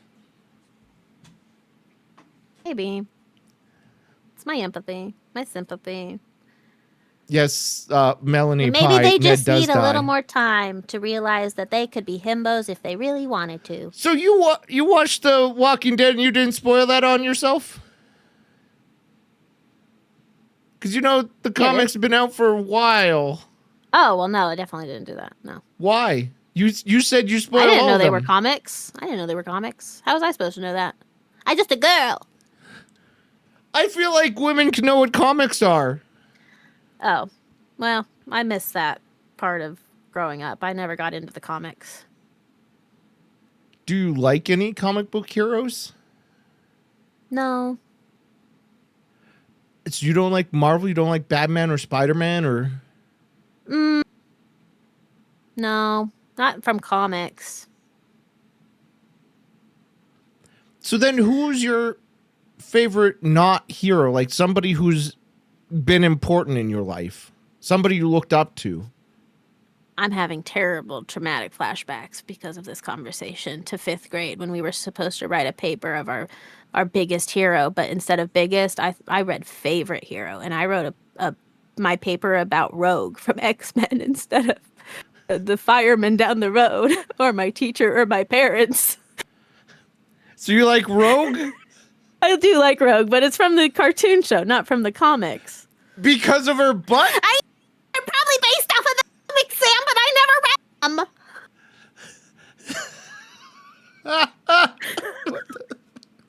Dude, what oh my god. So you like Rogue, but you don't like people in your personal life because it gives you flashbacks to liking firefighters? What? No. I embarrassed myself that day when everybody started reading their papers, and I'm just like, why are they talking about their dad, dude? I'm about to talk about Rogue, and then other people started talking about their moms and other people, and just, I got this wrong. I got this wrong, guys. And you didn't think that you were being a badass by talking about a hero, an actual hero? They're all at you. That's what I thought in my brain. I would have thought, man, your guys' heroes suck. They don't even fight crime or super villains. Like, my hero's a real hero. And maybe that's the day that I should have been diagnosed with autism. I don't know if that's autism. You misunderstood a very simple misunderstanding of an assignment. How does Rogue fly? I don't even know her superpower. Like, I understand she can steal people's superpowers, but she does a lot of weird stuff. That's why I think I'm a bad. Maybe that's where some of my insecurity about thinking I'm a bad person stems from. I just want to take from other people. I have nothing to give, but I'm gonna take other people's things. This is not a therapy session. This is a podcast. I can't help you with your diagnosis of why you're a terrible person or why you think you're terrible. I'm gonna go then. Oh my God, what is this life? So, how did you get onto like the TikTok and online? Have you always been online? What was your life like in school? Did you go home and play video games? You said you don't play video games. What are your hobbies? As a child, as a teenager, Sure. is definitely rearranging my top 8 on MySpace to try and not make anybody mad at me while also pissing off people I didn't like at the time. Writing in my Zanga diary, watching movies, reading. Okay. Yeah. I've nothing to build off of that. Band practice.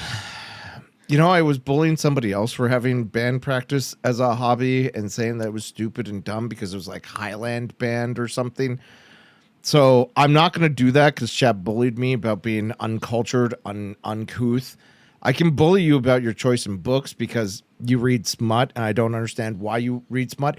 I feel like that's a very good conversation we need to go into because my girlfriend doesn't understand sexy AI girlfriends or like why you would watch porn if you have a wife, right? And I kind of think the same thing. Like, why would you read smut if you have a husband? He doesn't have a barb.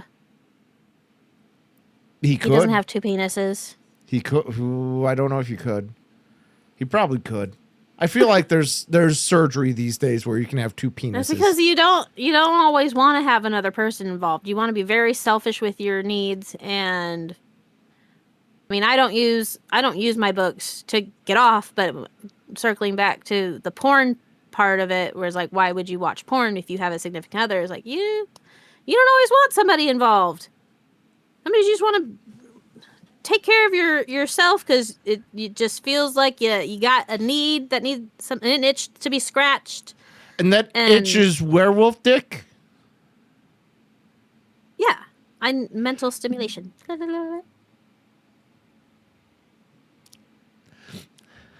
How did you get into smut? My mom's, I think it was a Danielle Steele novel with a woman being ravaged by a priest. But it was a very closed door. There really wasn't a whole lot to it, but it definitely made me feel things when I read it. And I was like, oh, a book can have this inside of it? Your mom's porn mags. It was a full book. I read Playboy for the articles too. I mean, it's a little suspicious when like you open your mom's book and it automatically falls to like one of the spicy scenes. Spicy for like that genre there. That was nowhere near the type of stuff that I read, but Did you talk to Fade your to mom black. about that book? no, because I was raised to be a good non-needy kid, and we definitely didn't talk about that in my house.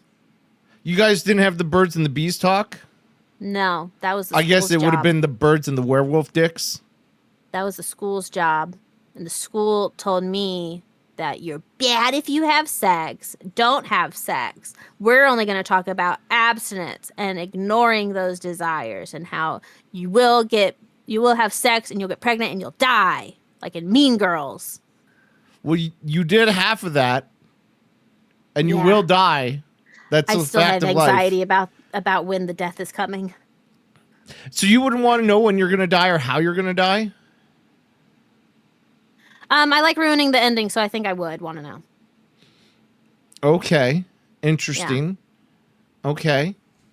So do you have like a group therapy session about your smut books? A book club? Yeah. Yeah. Does it involve people from Chin's community? No. I tried inviting somebody, but I just got in trouble for that recently. What do you mean? Because How they're did a you? boy. I put an invite to join our Discord that we had just made for my book club into my Yeah. Discord. Yeah. And the only fish that bit was Fearful. And he came over, and then all my friends that are, the rest of our club is girls. Very uncomfortable. And I was like, me, because I know Fearful, I was like, I'm not.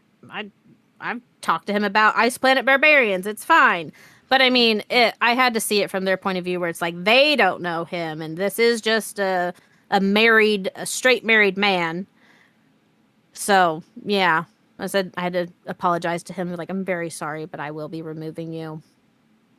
And I'm going to delete my post in my Discord. And yeah. And Fearful was very, very understanding. He hasn't held it against me. Very appreciate that.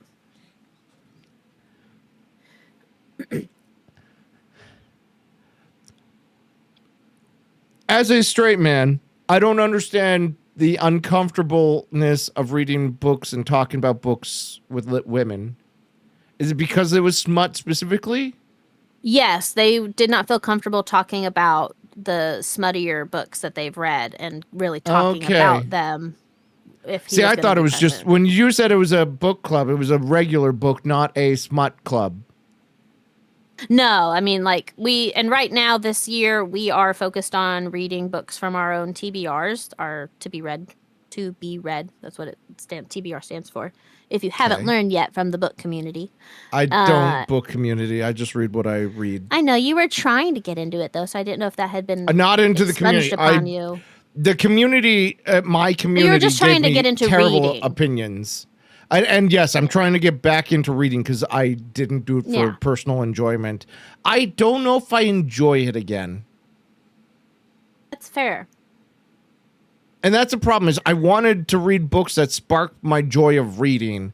And chat gave me terrible recommendations, like some sort of Pope murderer mystery or like, there's some sort of Soviet Gorky Park or something that they wanted me to read, or surprisingly, like not Mein Kampf. That never came up, but like I was just blown away by chat giving me terrible recommendations.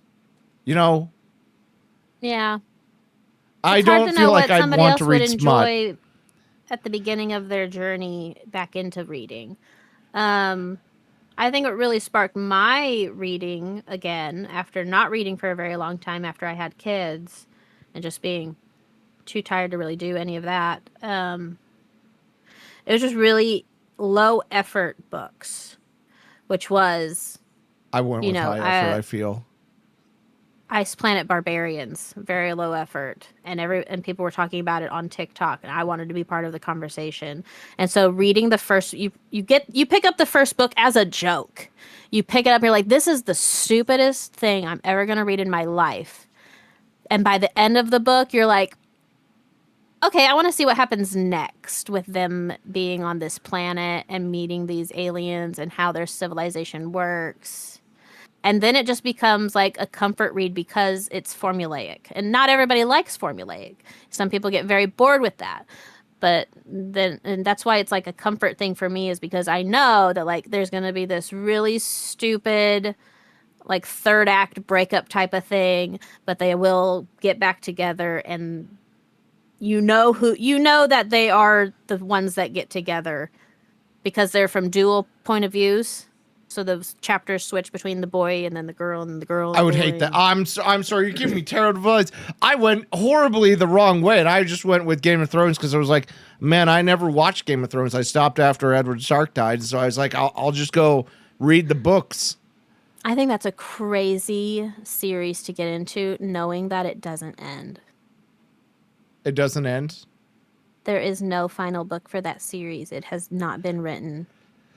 I also loved how I was like, chat gave me terrible recommendations, and we literally were talking about Dungeon Crawler Carl earlier, and Jay Honey comes in and is like, oh, you should read Dungeon Crawler Carl. It's a banger. I'm sitting here going, We talked about it. I don't think it's a book I'll enjoy. No, I don't want to get it. I don't think I want to even try it. I don't think I'll enjoy it. But that author is about to release or has recently released a book that is separate from that series, and it does seem like a sci-fi book that I would be interested in.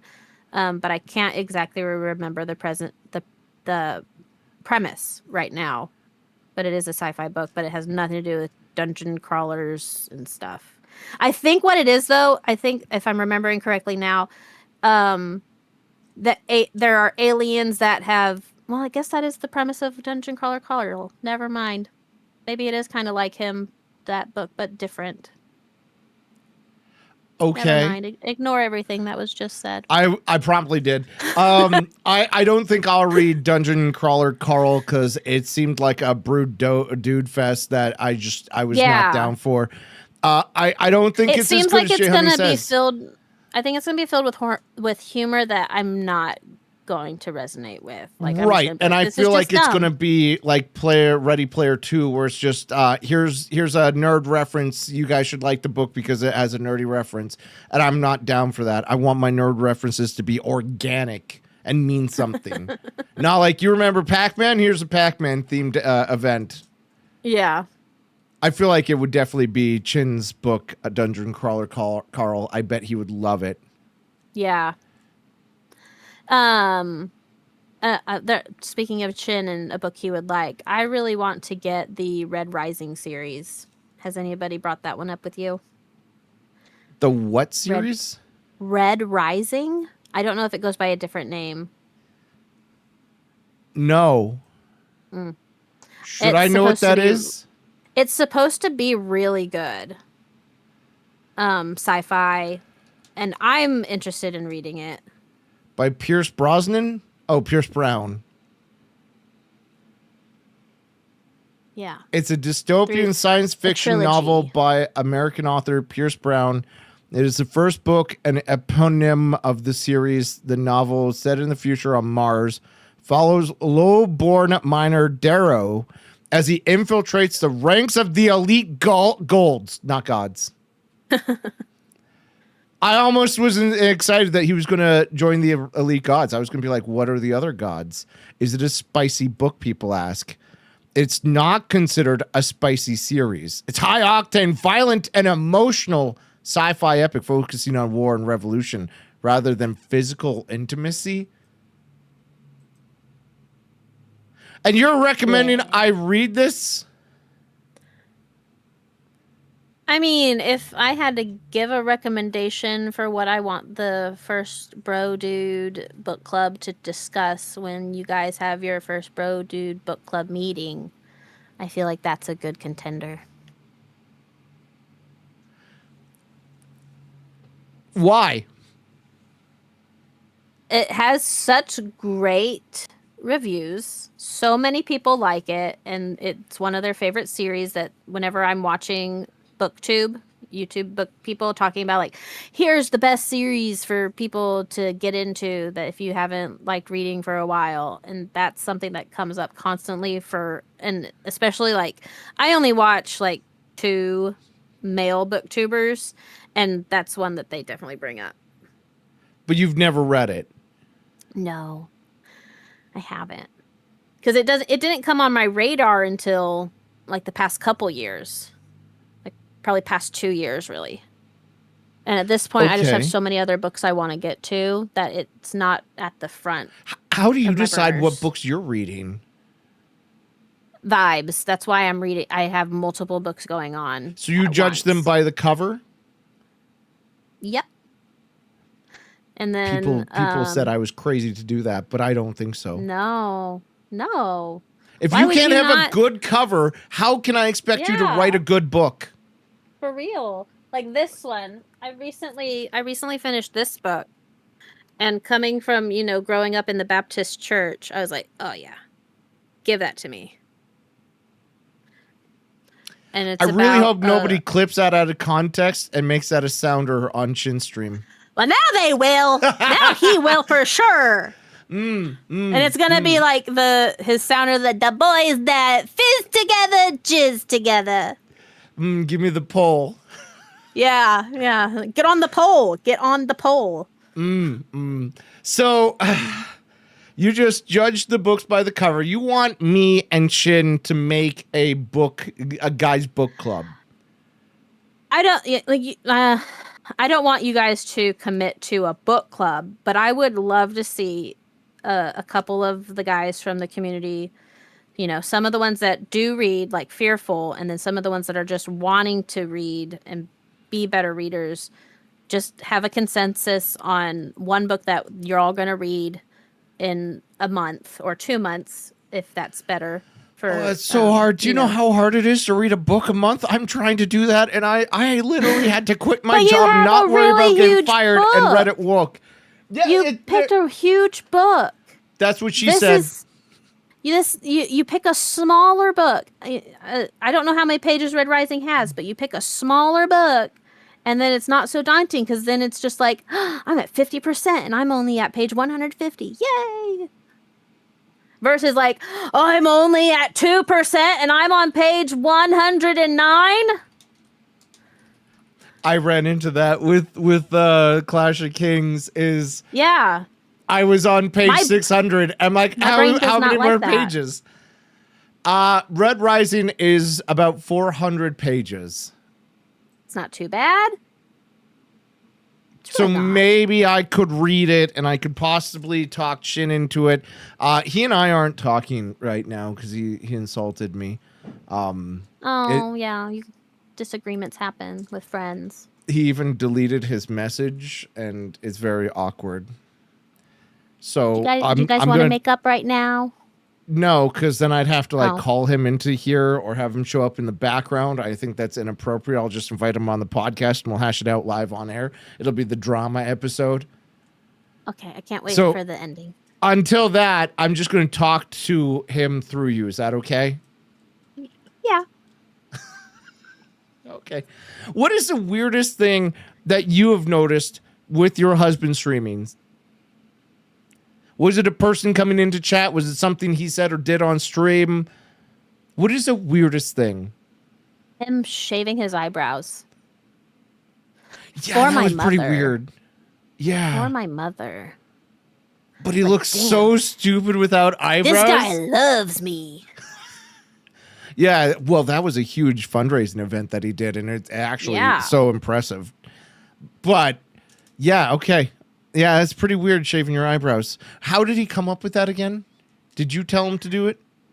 No, I think he was brainstorming things with people, and somebody just very funny said, shave your eyebrow. And then it just evolved into shave half your eyebrow. Okay, well, if we're going to shave half of our eyebrows, which half are we shaving? The bottom half. Are we shaving just the top half and leaving a really thin layer? The bottom half, thin layer? Are we going to just shave the inside half, the outside half? Are we just shaving one eyebrow and that's half? If I shave a quarter here and a quarter there, a quarter here and a quarter there? No. Okay. That's what they talked about. And so, yeah, just became shaving half the eyebrows. And then he did it. And he's a good boy for doing it. It was an amazing thing. And if anybody was wondering, yes, your mother did get better. Everything was fine, right? Yes, she had her surgery and she's gotten better from her surgery. She still has a couple areas of cancer that they have to monitor, but she is, they were monitoring her every 3 months and now she is at every 6 months. So nothing is progressing further, but they got rid of the big cancer and so they're just monitoring the little spaces now. Okay, that's good to hear. Have you thought about doing any sort of big event like that or helping out with any sort of fundraising?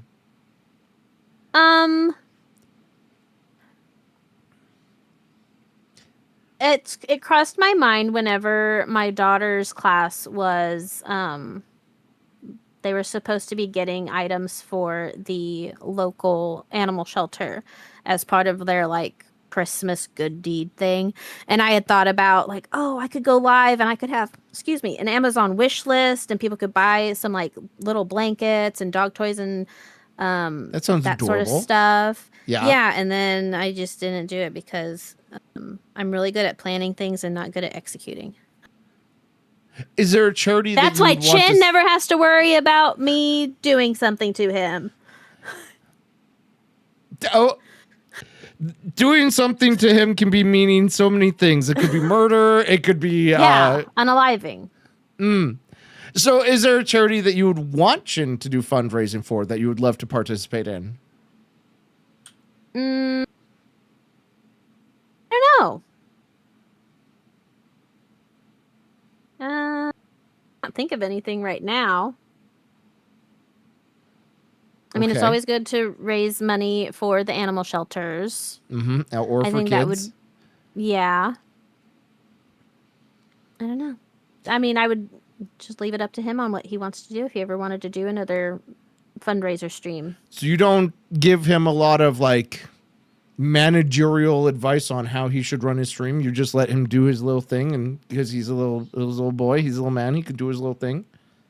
Yeah, if he asks for my opinion, of course I'll give it to him, and I'll give the most honest opinion I can in the least hurtful way, because I'm Okay. a people pleaser, and Oh, I that's would gross. not want to hurt him. But I also, I don't know. I don't want to dash somebody's creative juices by imposing my own things, and I feel like the advice I do give is very constructive. And it helps him to grow more instead of just like picking apart every little tiny thing that I do notice and just being like, I'm just going to pick apart the big thing. And we'll see where it goes from there. Okay, fair enough. Well, I think I've beaten you on most of these topics. I did have one weird question that I wanted to start asking people. Obviously, in North America, we celebrate Christmas. I want to know, what was your favorite Christmas present? Oh, gosh. Or Hanukkah or whatever other holiday, because they all give gifts around then. I think it's hard to get down to just like the minutia of a specific gift, but there was one Christmas in general where I just felt so seen by all my family members.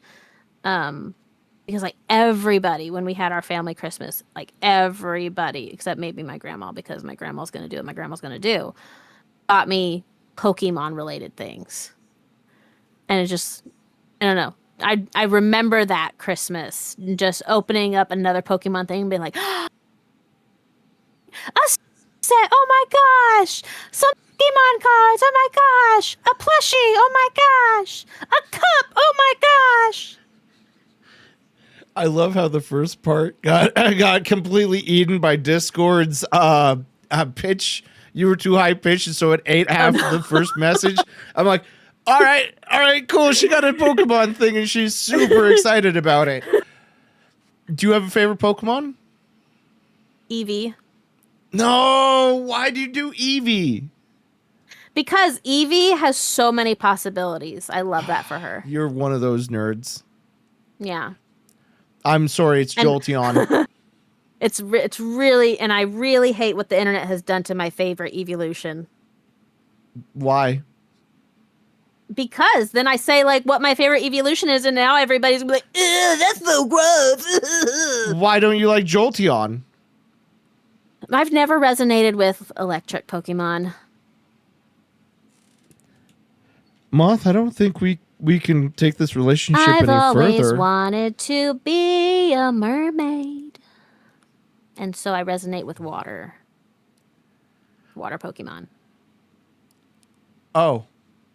Yeah. Okay. Okay, so your favorite Christmas present was a Pokemon thing. Guys, if you are trying to get a present for Mothflame, apparently Pokemon things, especially Vaporeon, is the way to go, or Eevee, I guess, allegedly. Do you think there's a present that you ever got Chin that he would say was his favorite present that you've given him? Our children. That's not a present. That was a mistake. You said that earlier. One of them. One of them. The non-mistake was the best gift you ever gave him. Jeez. No. Tell me you have a favorite child without telling me you have a favorite child. No. Don't do that. Oh, Where did my this happen God. to me before? This happened to me somewhere else before where I said something and I was like, oh my God, that's not what that meant. And it was about my children. It makes me sound like a bad mom. One was definitely planned and one was unplanned, but they were both very much wanted and loved. That is good. That's the most important part, I would argue. I always wanted to be a mom and I fulfilled my dream. Why did you always want to be a mom? Because I really loved my mom. And I don't know, I was just like, man, my mom does all these cool things for me and makes my life so fun. I want to do that someday for a little child, and I want to help raise a baby, and yeah. I don't know. I just always wanted to be a mom. And you only ever wanted 2 kids? Because I asked because I had a friend that was Mormon and wanted like 18 kids. I think I always wanted 3 kids. Where's the third? Time got us, and we moved into this house, and it was just like adding another baby into our house would just kind of like be weird. Why not Everybody have has their own Chin space and make a shed for the baby to have a bedroom? Or he could move his streaming setup into the shed and the baby can have his stream room. yeah, or the baby could have my stream room. That's that. Then you'll never stream. I already don't stream. That's the joke. Okay, all I would right. but before this was the stream room, the computer room. This was my crafting room. But now I don't do any of that. Because you're a wonderful mom and you spend all your time with your kids and your husband and being great. It's because I got a job. That too, because we all need to pay the bills. Yeah. Well, that was all of my questions. I always like to open it up to the guests to say, hey, do you have any questions, anything you want to talk about? Seeking validation. What's your favorite moment with me?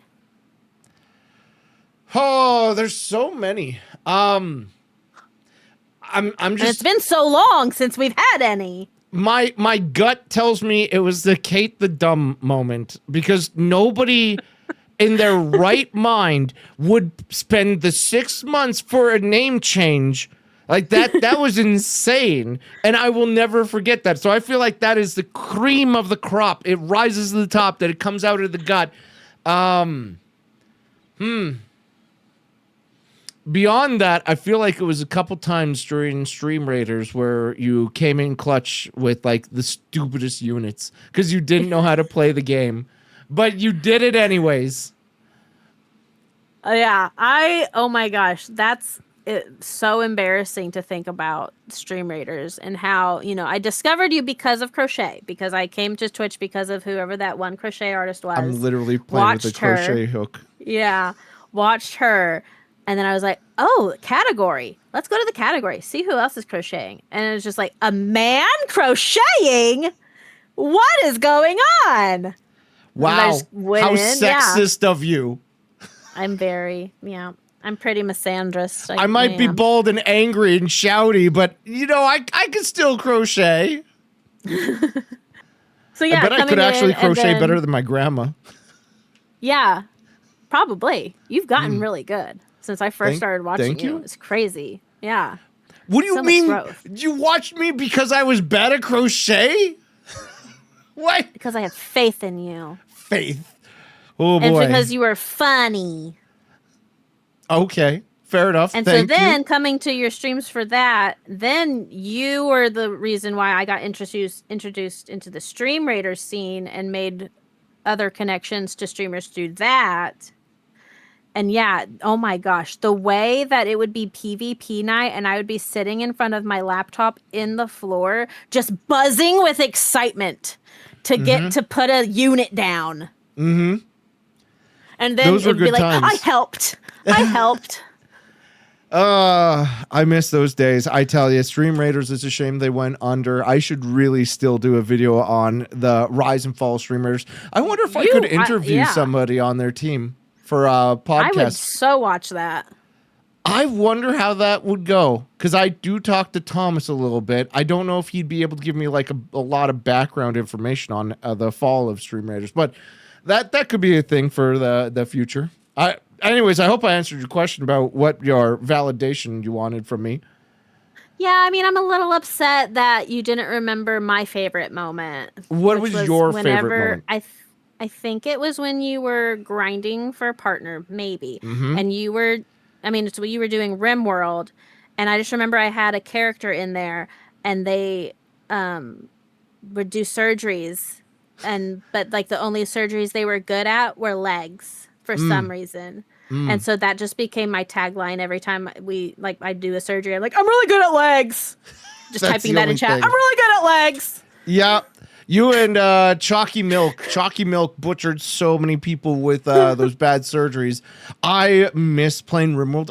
I was thinking about putting it back into the rotation after I finish Elder Scrolls Oblivion, but I don't know if I'd do a Twitch toolkit like I did during the partner push, but I can tell you Yeah. that partner push was a blur. I was streaming so hard, so long. I got COVID for the last month of it. It was a brutal thing that I don't recommend people ever do a partner push for. It was crazy times. But I appreciate that you were there for it. I was appreciate there. everybody that was, because that partner push unfortunately was like the worst time as well, because you find out who your friends are.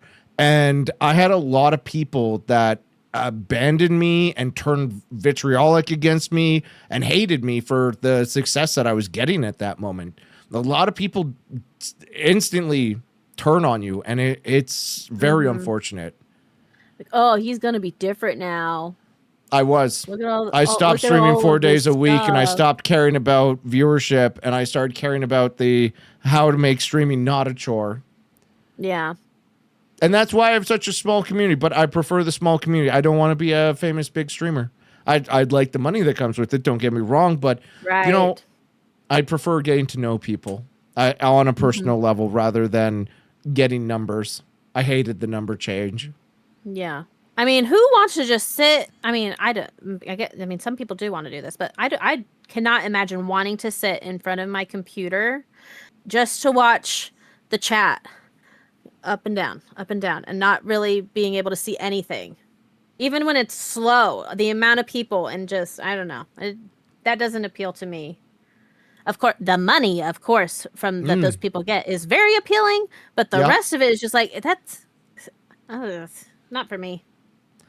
I don't know. I could see getting along with it, but I also would be losing a lot of anonymity, and I feel like I'd lose a lot of control. I feel like as a streamer, you lose yourself in the sauce and you become a different person over time. And I don't know if it's a good thing or a bad thing yet. I feel like I've I feel become like a that's better natural. person. I feel like that's natural in anything you do, though. I don't know. We have different versions of ourselves for different people, and different I'm- versions of ourselves for I different don't. environments. I do not. I have one don't? version. It's me. I'm loud. I'm boisterous. I'm a cock full of the walk. Whatever. I'm very self-sure. Oh, maybe that's just a me thing then. Well, not just a me thing, but there's No, I think it's very common. could- I think I'm yeah. uncommon here.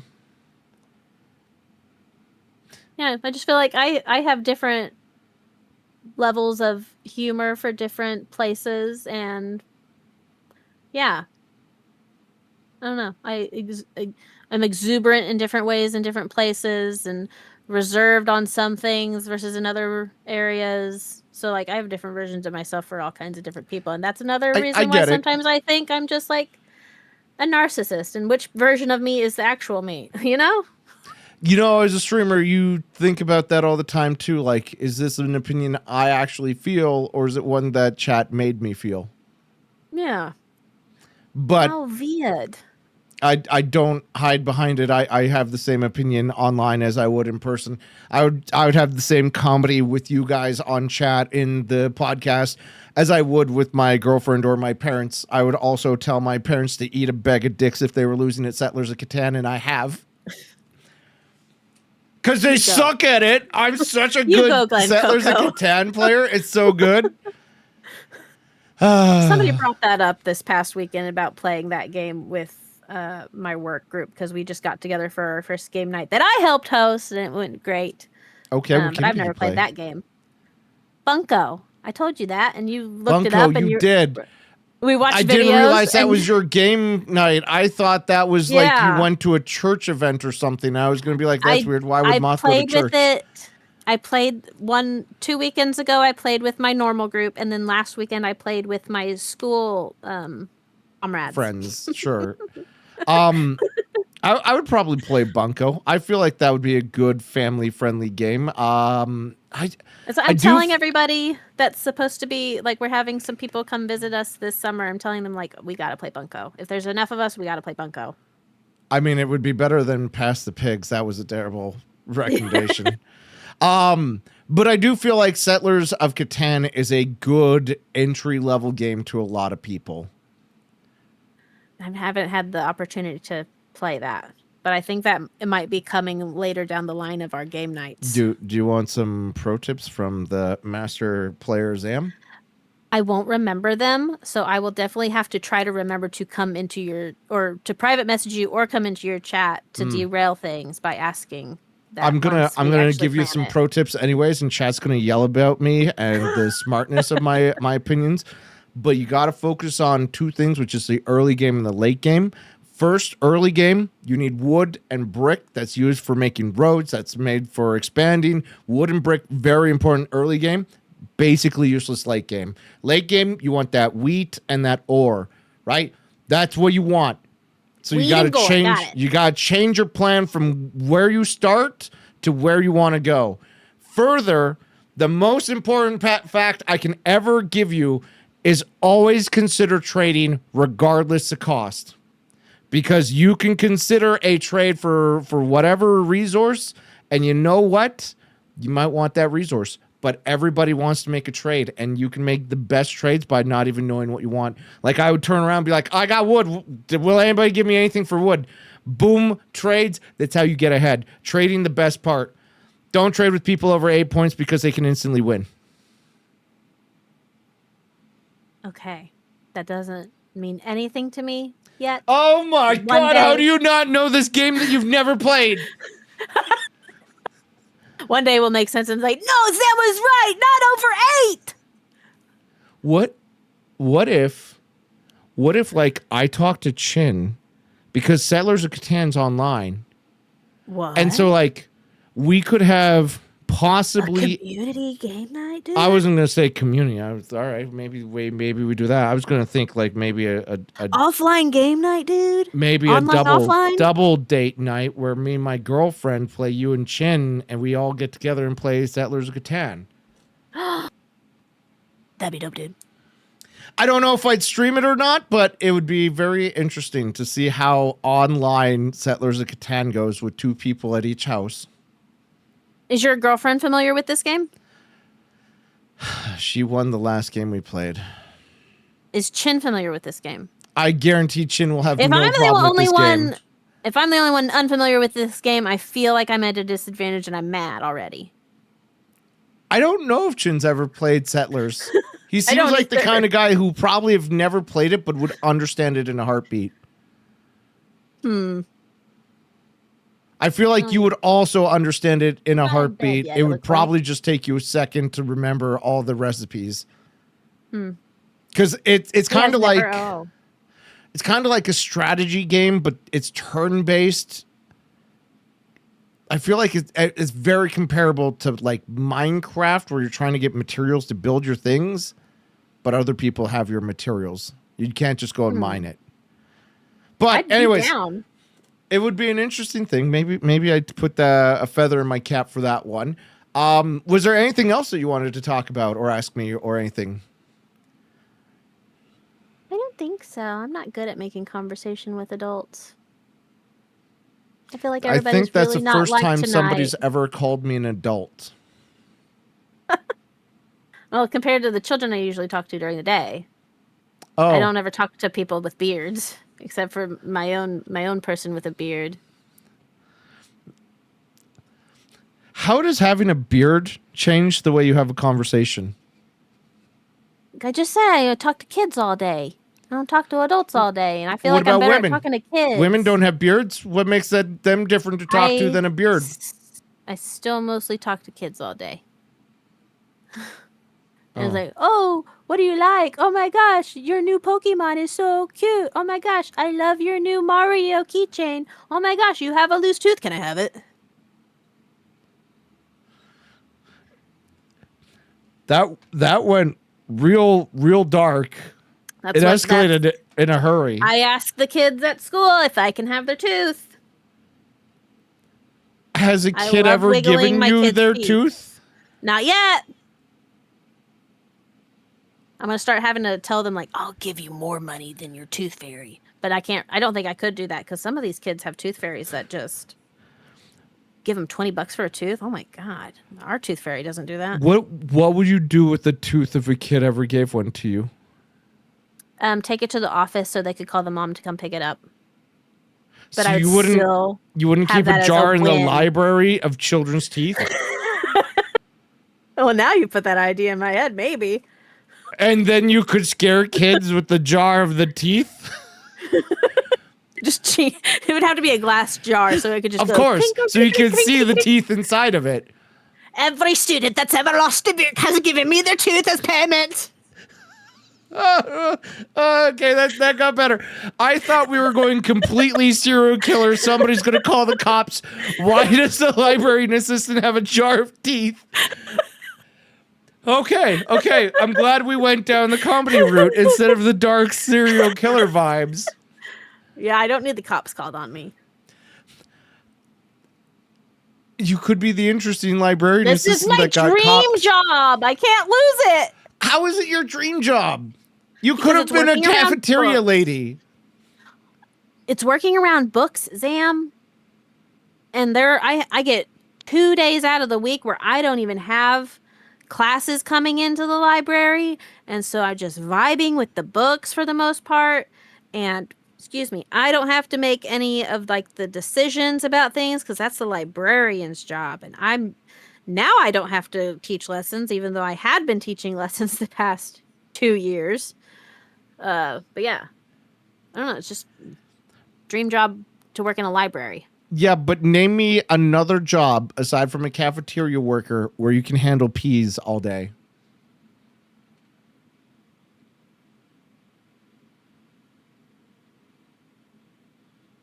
A pea plant, a pea factory. They're I farms. could be a factory They're worker. farms. They're not factories. You don't make peas in a factory. You put them in a can in a factory. Yeah, that's what I'm talking about, Zam. The manufacturing part of handling peas. You would want to be a pea packer. No. You're making it sound like, Exactly. where else could you handle peas? And like, why am I wanting to handle peas anyways? But I guess if I'm trying to handle peas, that's the other option. Yeah, but how I don't many- like either of those options. All right, whatever. Hang out with your books all day. I'll be in the pea factory making pecans. Enjoy. You know, pecans can also be a nut. Here they're called pecans. No, they're pecans. Pecans. Why is it pronounced that way? Dialect. Region. I don't know. But I've always called them pecans.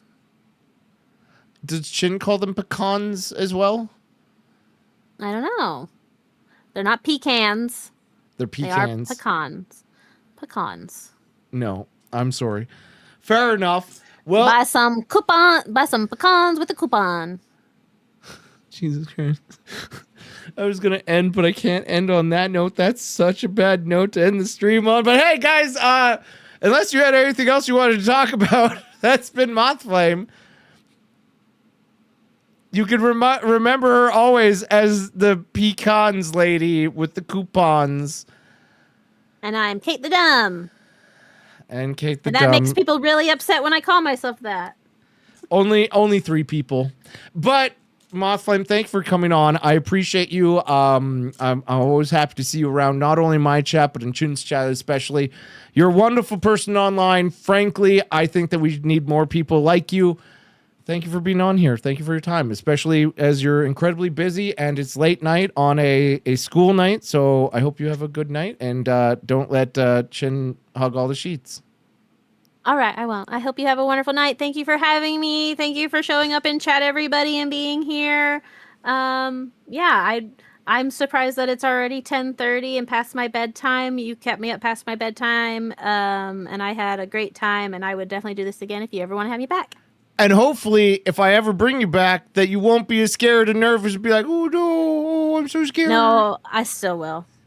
Why? Why do people get scared? It's just the internet. It's just putting things on the YouTube that'll never go away forever. And it's not It's a like I'm a disease. scary guy. It's a disease. Okay. It's a disease. Okay. Goodbye.